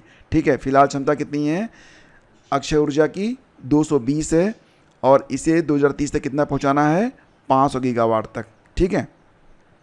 महाराष्ट्र का जो खुलदाबाद है उसका नाम बदलकर रत्नापुर कर दिया गया है, बस सुन लो, याद रख लो। विशु नामक त्यौहार केरल में मनाते हैं। विशु क्या है? यह मलयाली लोगों का 9 वर्ष त्यौहार है। डीआरडीओ ने सुखोई 30 MKI, डीआरडीओ ने स्थापना कब होती है डीआरडीओ की? 1958 में। सुखोई 30 MKI से लॉन्ग रेंज ग्लाइड बम का सफल परीक्षण किया। मतलब लॉन्ग रेंज ग्लाइड मतलब तैरता रहेगा फिर जाके गिरेगा धुम। इसका नाम है गौरव। तो एग्ज़ाम में क्या आएगा? गौरव क्या है? और नीचे दे देगा ऑप्शन, एक टीका है, एक जहाज है, एक ग्लाइड बम है, परमाणु हथियार है। बस लोग कंफ्यूज हो जाएंगे। 2031 में फीफा महिला विश्व कप कहाँ पर खेला जाएगा? तो 31 वाला मैंने बताया अभी आपको ना, 31 वाला कहाँ पर होगा? USA में होगा। ठीक है। फीफा महिला विश्व कप का पहला आयोजन 1991 में हुआ था। कहाँ पर हुआ था? चीन में हुआ था। इसमें US ने नॉर्वे को हराया था। 23 वाला आयोजन ऑस्ट्रेलिया और न्यूजीलैंड ने किया था। स्पेन ने इंग्लैंड को हराया था। 27 वाला आयोजन फीफा महिला विश्व कप कहाँ पर होगा? ब्राज़ील में होगा। 31 वाला यूनाइटेड स्टेट्स ऑफ अमेरिका में होगा। 35 वाला इंग्लैंड में होगा। इंग्लैंड, स्कॉटलैंड, नॉर्दर्न आयरलैंड और वेल्स में। ठीक है। कोलासल बायोसाइंसेज किस देश की बायोटेक कंपनी है जिसने डायर वुल्फ की विलुप्त प्रजाति को फिर से जीवित करने में सफलता प्राप्त की है? वुल्फ माने भेड़िया, डायर वुल्फ, ये ऐसे भेड़िए थे जो कि अब से 12,500 साल पहले विलुप्त हो गए थे, उसको फिर से कोलासल बायोसाइंसेज ने पैदा कर दिया है।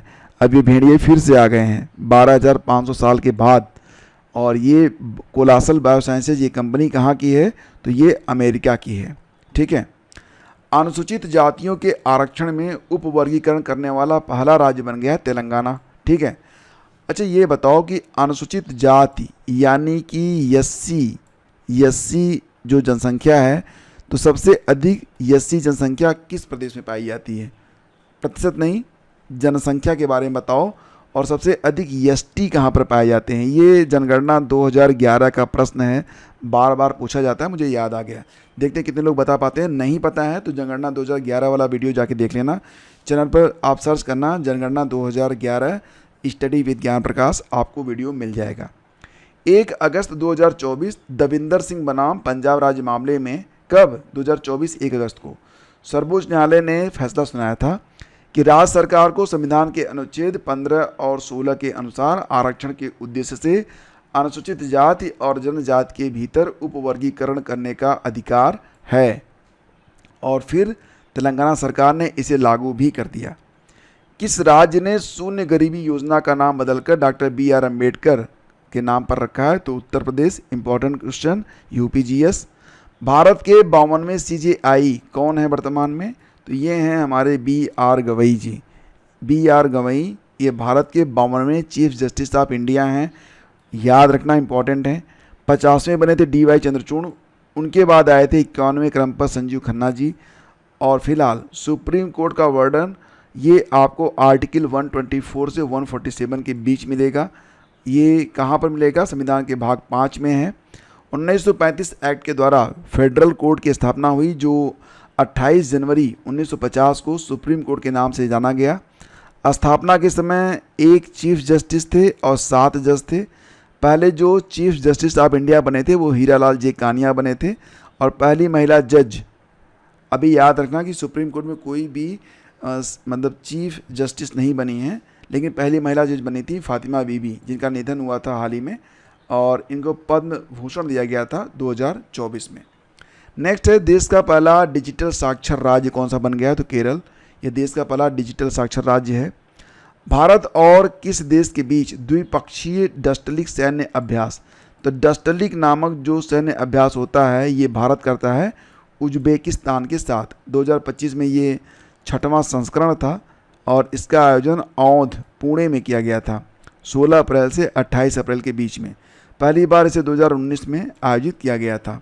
नेक्स्ट है, इंडिया जस्टिस रिपोर्ट 2025 में पुलिस, न्यायपालिका और जेल व्यवस्था के आधार पर कौन सा राज्य टॉप पर है? तो दोस्तों ये है आपका कर्नाटक। यहाँ पर पुलिस, न्यायपालिका और जेल व्यवस्था टॉप पर है। टाटा ट्रस्ट और अन्य संस्थाओं ने मिलकर इंडिया जस्टिस रिपोर्ट 2025 को जारी किया है। यहाँ यह जो रिपोर्ट है राज्यों की न्याय प्रणाली का एनालिसिस करती है। बड़े राज्यों में टॉप पर कर्नाटक है, फिर आंध्र प्रदेश है, फिर तेलंगाना है। छोटे राज्यों पर टॉप पर सिक्किम है, फिर हिमाचल है, फिर अरुणाचल प्रदेश है। ट्रेन में ATM लगाने वाला भारत का पहला बैंक बन गया है BOM, मतलब बैंक ऑफ महाराष्ट्र। तो ट्रेन में ATM लगा दिया ये। तो बैंक ऑफ महाराष्ट्र की स्थापना होती है 1935 में 16 सितंबर को। मुख्यालय पुणे में है। टैगलाइन है एक परिवार एक बैंक। नेक्स्ट है, 23वें विधि आयोग के अध्यक्ष कौन बने हैं? तो दोस्तों याद रखना, हमारा जो 23वां लॉ कमीशन है इसके अध्यक्ष बने हैं दिनेश माहेश्वरी। कौन बने हैं? दिनेश माहेश्वरी। दिनेश माहेश्वरी कौन है? तो ये सुप्रीम कोर्ट के पूर्व न्यायाधीश हैं जो कि 2023 में रिटायर हुए हैं। विधि आयोग क्या है? दोस्तों यह एक गैर संवैधानिक निकाय है जिसे भारत सरकार द्वारा गठित किया जाता है। 23वें गैर संवैधानिक का मतलब क्या होता है? मैंने कई बार बताया है, बताओ कमेंट करके बताना, देखते हैं कितने लोग जानते हैं गैर संवैधानिक का मतलब क्या होता है। 23वें विधि आयोग का गठन 1 सितंबर 2024 को हुआ। कार्यकाल 3 साल का होगा, 2027 तक, 3 अगस्त 2027 तक। और भारत का जो पहला विधि आयोग था कब बना था? 1834 में बना था। तब भारत में गवर्नर कौन था? लॉर्ड मैकाले था। ठीक है। 14 अप्रैल को डॉक्टर भीमराव अंबेडकर दिवस घोषित कर दिया गया है। कहाँ पर? न्यूयॉर्क में। ठीक है। तो डॉक्टर भीमराव अंबेडकर जी की जो प्रतिष्ठा है न्यूयॉर्क तक पहुँच चुकी है। यूनेस्को के memory of the world register 2025 में यूनेस्को द्वारा जो memory of the world register 2025 बनाया गया, तो किस प्राचीन भारतीय ग्रंथ को उसमें शामिल किया गया है? तो श्रीमद् भगवद गीता और नाट्यशास्त्र को। ठीक है, ये याद रखना इंपॉर्टेंट है ये। अब यहाँ पर ये भी याद रखना कि यूनेस्को के memory of the world register में शामिल भारतीय अभिलेखों की संख्या हो गई है कितनी? 14 हो गई है। 2025 में UNESCO memory of the world register में दुनिया की कितनी दस्तावेजें जुड़ी गई हैं? तो 72। और कुल कितनी दस्तावेज सुरक्षित हैं? तो 570। गीता में 18 अध्याय और 700 श्लोक हैं। ये एग्ज़ाम में पूछा गया था और लोग इसका उत्तर नहीं दे पाए थे। गीता में कितने अध्याय हैं? 18। कितने श्लोक हैं? 700। और नाट्यशास्त्र, इसके रचयिता कौन है? भरत मुनि हैं। नाट्यशास्त्र 2000 से 2500 वर्ष पुराना ग्रंथ है। नाट्यशास्त्र में कितने अध्याय हैं? 36। ठीक है। UNESCO memory of the world register कब शुरू हुआ था? 1992 में। सारे प्रश्न इंपॉर्टेंट हैं जो कि मैंने सारे करवा दिए आपके। अंतर्राष्ट्रीय बिग कैट एलायंस का मुख्यालय ये बनेगा भारत में। अभी तक केवल एक अंतर्राष्ट्रीय संस्था है जिसका मुख्यालय भारत में है और वो है ISA। ठीक है। और अब दूसरी संस्था बनेगी वो रहेगी अंतर्राष्ट्रीय बिग कैट एलायंस। विश्व लीवर दिवस कब मनाते हैं? 19 अप्रैल को मनाते हैं। भोजन ही दवा है, मुझे इसकी थीम बहुत पसंद है। भोजन ही दवा है। आप जो खाते हैं ना उसका इम्पैक्ट आपकी बॉडी पर पड़ता है, इसलिए अनावश्यक फालतू चीज़ें मत खाया करो, आप कभी बीमार नहीं पड़ोगे। Food is medicine, this is the theme for विश्व लीवर दिवस। ठीक है। और ये जो लीवर होता है यह बाइल जूस का निर्माण करता है जो कि गाल ब्लैडर में जाके इकट्ठा होता है। और इसका काम क्या है? बाइल जूस, पित्त रस का। इसका काम है वसा, फैट को छोटे छोटे टुकड़ों में तोड़ना। ठीक है। अगला है एथलीट पासपोर्ट मैनेजमेंट यूनिट शुरू करने वाला भारत दुनिया का कौन सा देश बन गया है? तो 17वां देश। अभी तक 17 देश मतलब 16 देश हो चुके हैं भारत को छोड़ के जिन्होंने अपना एथलीट पासपोर्ट मैनेजमेंट यूनिट को स्टार्ट किया है। अब इसका मतलब क्या होता है? तो दोस्तों याद रखना, ये जो आपका एथलीट पासपोर्ट मैनेजमेंट यूनिट है ये खिलाड़ियों के शरीर से जुड़े जैविक डाटा जैसे कि ब्लड, हार्मोन आदि की जाँच करता है और पता लगाता है कि खिलाड़ी ने डोप तो नहीं लिया है, नशा तो नहीं किया है। संसद खेल महाकुंभ का आयोजन कहाँ किया गया? तो लखनऊ में। याद रखना इसको भी।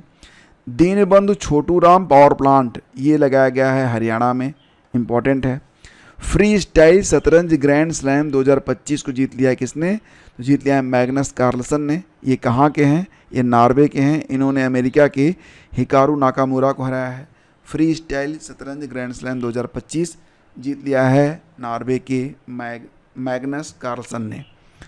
और अप्रैल 2025 में AIIB Asian infrastructure investment bank का उपाध्यक्ष बन गए हैं अजय भूषण प्रसाद पांडे।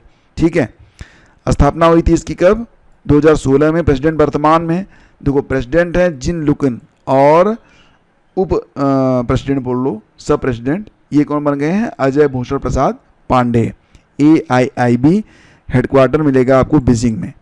भारत का पहला 3D प्रिंटेड सैन्य बंकर, मैंने आपको बताया था ना कि दुनिया का जो पहला 3D प्रिंटेड ट्रेन स्टेशन बनाया था जापान ने बनाया था 6 घंटे में, तो हमने भी बना दिया। भारत का पहला 3D प्रिंटेड सैन्य बंकर बना दिया। कहाँ पर?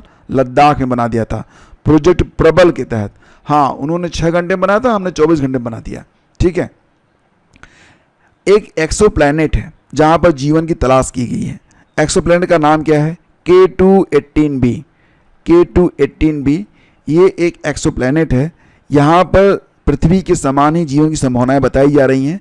इसकी खोज की गई है अमेरिका के जेम्स वेब टेलीस्कोप के द्वारा। तो ये जो एक्सो प्लैनेट है इसका नाम याद रखना K2-18b। अब हम यहाँ तक पहुँचेंगे, कितना टाइम लगेगा हमको? तो पृथ्वी से हम चलें प्रकाश की गति से, ठीक है, स्पीड ऑफ लाइट, तो 1 साल में प्रकाश जितनी दूरी तय करता है, 1 सेकंड में 3 लाख किलोमीटर चलता है प्रकाश। 1 साल में कितनी दूरी जाएगा अनुमान लगाओ।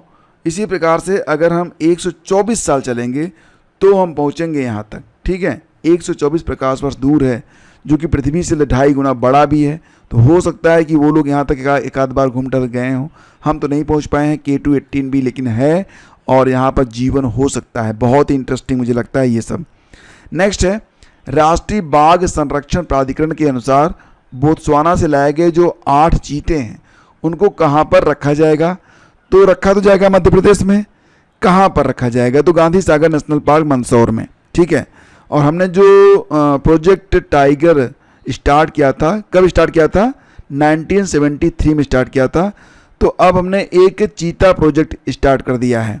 चीता प्रोजेक्ट ये 2022 में स्टार्ट किया गया है। अप्रैल 2025 में Laureus world sport man of the year award दिया गया है अरमांड डुप्लांटिस को। क्या नाम है? अरमांड डुप्लांटिस, ठीक है। और याद रखना कि लॉरियस विश्व खेल पुरस्कार सन 2000 में स्टार्ट किए गए थे। आर्मन डुप्लांटिस ये स्वीडन के पोल वाल्टर हैं। स्पोर्ट वुमन चुनी गई हैं सिमोन बाइल्स, ये जिम्नास्ट हैं अमेरिका की, ठीक है।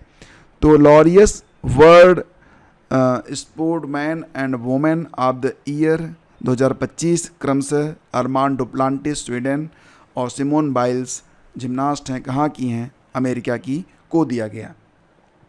World press photo of the year award ये दिया गया है समर अबू एलॉफ को। पिंक ई रिक्शा योजना स्टार्ट की गई है महाराष्ट्र के द्वारा। 22 अप्रैल को प्रतिवर्ष होता है विश्व पृथ्वी दिवस। कई बार बताया मैंने आपको, 22 मार्च, 22 अप्रैल, 22 मई कौन कौन से दिन होते हैं। पहली बार ये विश्व पृथ्वी दिवस मनाया गया था 1970 में। थीम है आवर पावर आवर प्लानेट। और 21 अप्रैल को क्या मनाया गया था? विश्व रचनात्मकता और नवाचार दिवस, ठीक है। हरित क्रिप्टो करेंसी अपनाने की घोषणा की गई है भूटान के द्वारा, ठीक है। भूटान अपनाएगा हरित क्रिप्टो करेंसी। भूटान की राजधानी कहाँ पर है? थिम्पू है, ठीक है। दुनिया का पहला पूर्णतः नवीनीकृत ऊर्जा से चलने वाला शहर बनेगा। दुनिया का पहला है जो कि पूर्णतः नवीनीकृत यानी कि अक्षय ऊर्जा से चलेगा, ये अमरावती आंध्र प्रदेश। इसके लिए 2700 मेगावाट बिजली उत्पादन सौर ऊर्जा, पवन ऊर्जा और जल ऊर्जा से किया जाएगा। लता दीनानाथ मंगेशकर पुरस्कार 2025 दिया गया था किसको? कुमार मंगलम बिरला को। और विश्व मलेरिया दिवस ये बहुत इंपॉर्टेंट है, 25 अप्रैल को होता है। और इसकी थीम क्या है? मलेरिया एंड्स विद अस, री इन्वेस्ट, री इमेजिन, री इग्नाइट, ठीक है। पहलगाम हमले के बाद अभ्यास जो एक किया गया था, आक्रमण नाम रखा गया था। तो पहलगाम हमले के बाद आक्रमण नामक अभ्यास किया गया था भारतीय वायुसेना के द्वारा। पहाड़ और ज़मीनी दोनों को ही लक्ष्य बनाया गया था। इसमें राफेल और सुखोई 30 MKI विमान का इस्तेमाल किया गया था। IMF की वर्ल्ड इकोनॉमिक आउटलुक रिपोर्ट के अनुसार, वर्ल्ड इकोनॉमिक आउटलुक रिपोर्ट कौन जारी करता है? ये जारी करता है IMF। दुनिया की सबसे तेज़ी से बढ़ती अर्थव्यवस्था 2025-26 में कौन सी होगी? तो भारत। IMF कहता है कि 2025-26 में दुनिया की सबसे तेज़ गति से बढ़ने वाली जो अर्थव्यवस्था होगी वो भारत होगी। और हमारे जो महाशय हैं ट्रंप, वो कहते हैं डेड इकोनॉमी है, मतलब कुछ भी। 1 जुलाई 1944 को IMF की स्थापना हुई थी और इसका जो 191 मेंबर है वो बना था लिंकटेनस्टाइन 2024 में। और ये जो IMF है इसका जो वाशिंगटन DC में मुख्यालय है।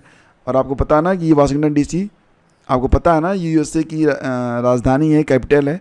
और वहीं पर रहते हैं कौन? ट्रंप महोदय। और वो कहते हैं कि भारत की इकोनॉमी एक मृत इकोनॉमी है। और IMF के जो MD हैं उनका नाम क्रिस्टीना जॉर्जिवा। पहली डिप्टी MD बनी हैं Gita Gopinath. Henley and Partners द्वारा जारी न्यू वर्ल्ड वेल्थ रिपोर्ट के अनुसार दुनिया का सबसे महंगा शहर बन गया है मोनाको, ठीक है। मोनाको एक देश है, तो इस दुनिया का सबसे महंगा शहर बन गया है, इतना याद रखना। देश में अब कितने नेशनल पार्क हो गए हैं? पहले 106 थे, अब 107 हो गए हैं। 107वां बना है कौन सा? ये बन गया सिमलीपाल, ये उड़ीसा में है, ठीक है। पहले यह टाइगर रिजर्व था, अब यह नेशनल पार्क बन चुका है। सर्वाधिक नेशनल पार्क कहाँ पर है? मध्य प्रदेश में है, 11 हैं। फिर अंडमान निकोबार दूसरे स्थान पर है 9 नेशनल पार्क के साथ। तीसरे स्थान पर असम आता है, ठीक है। नेक्स्ट है, केंद्र सरकार ने कब तक खसरा रुबेला उन्मूलन के लिए राष्ट्रीय अभियान को चलाया है? तो खसरा रुबेला उन्मूलन कर दिया जाएगा 2026, अगले साल तक। इसके लिए MR वैक्सीन का इस्तेमाल किया जा रहा है। हाल ही में ग्रीनलैंड और किस देश के बीच एक सूक्ष्म महाद्वीप की खोज हुई है? तो ग्रीनलैंड ये हो गया आपका ग्रीनलैंड, और ये हो गया आपका कनाडा, देख रहे हैं ना। तो इनके बीच में एक यहाँ पर डेविस स्ट्रेट पाया गया है। Davis Strait proto micro continent पाया गया है। ये समुद्र के नीचे है, आप देख रहे हैं ना, समुद्र के नीचे है। टेक्निक विकास के कारण हुआ। इस मैक्रो कॉन्टिनेंट की 19 से 24 किलोमीटर मोटी पतली महाद्वीपीय परत है। डेविस स्ट्रेट नाम है। ये अटलांटिक महासागर का एक भाग है। यह ग्रीनलैंड और बाफिन द्वीप के बीच लैब्राडोर सागर के उत्तर में आपको मिलेगा। विश्व बैंक की रिपोर्ट के अनुसार भारत ने एक दशक में कितने लोगों को अत्यधिक गरीबी से बाहर निकाला है? विश्व बैंक कहता है कि भारत ने एक दशक में कुल मिला के 171 मिलियन लोगों को गरीबी से बाहर निकाला है। रिपोर्ट का नाम है brief on poverty and equality by World Bank. Report में लिखा है कि 2011-12 से 2022-23 तक 10 सालों में भारत ने 171 मिलियन लोग यानी कि 17 लाख लोगों को गरीबी से बाहर निकाला है। हाल ही में 9 चमकते हुए तारे के छल्ले से बनी दुर्लभ बुल्स आई गैलेक्सी की खोज किसने की है? तो दोस्तों ये खोज की गई है हब्बल स्पेस के द्वारा।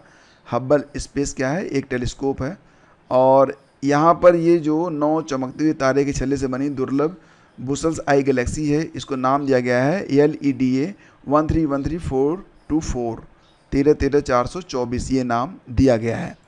तो दोस्तों ये सेशन यहीं पे समाप्त होता है। अभी जो आगे हैं जैसे कि आपका अप्रैल यहाँ पे ख़त्म हो गया, जनवरी, फरवरी, मार्च और अप्रैल, जनवरी से अप्रैल तक का सारा करंट आपका यहाँ पर पूरा हो गया। क्योंकि वीडियो लंबा हो रहा है, ठीक है, तो इस वीडियो को हम क्या करते हैं 2 पार्ट में इसे तोड़ देते हैं। अगला जो पार्ट होगा वो मई का होगा, जून का होगा और जुलाई का होगा, ठीक है। अब आप मुझे एक बात बता दो कमेंट करके, अगर आप यहाँ तक पहुँचे हो तो मुझे बताना कि सभी मंथली करवा दिए जाएं या फिर तीनों को एक में दिया जाए। आप बताना ज़रूर कमेंट करके, और हम मिलते हैं आपसे अगले वीडियो में। और अगला जो वीडियो है जिसमें हम डिस्कस कर रहे हैं मई, जून और जुलाई, मई, जून, जुलाई 2025, तो उसका लिंक आपको पहले कमेंट में दिया गया है, अभी जाके देख लो। Thank you.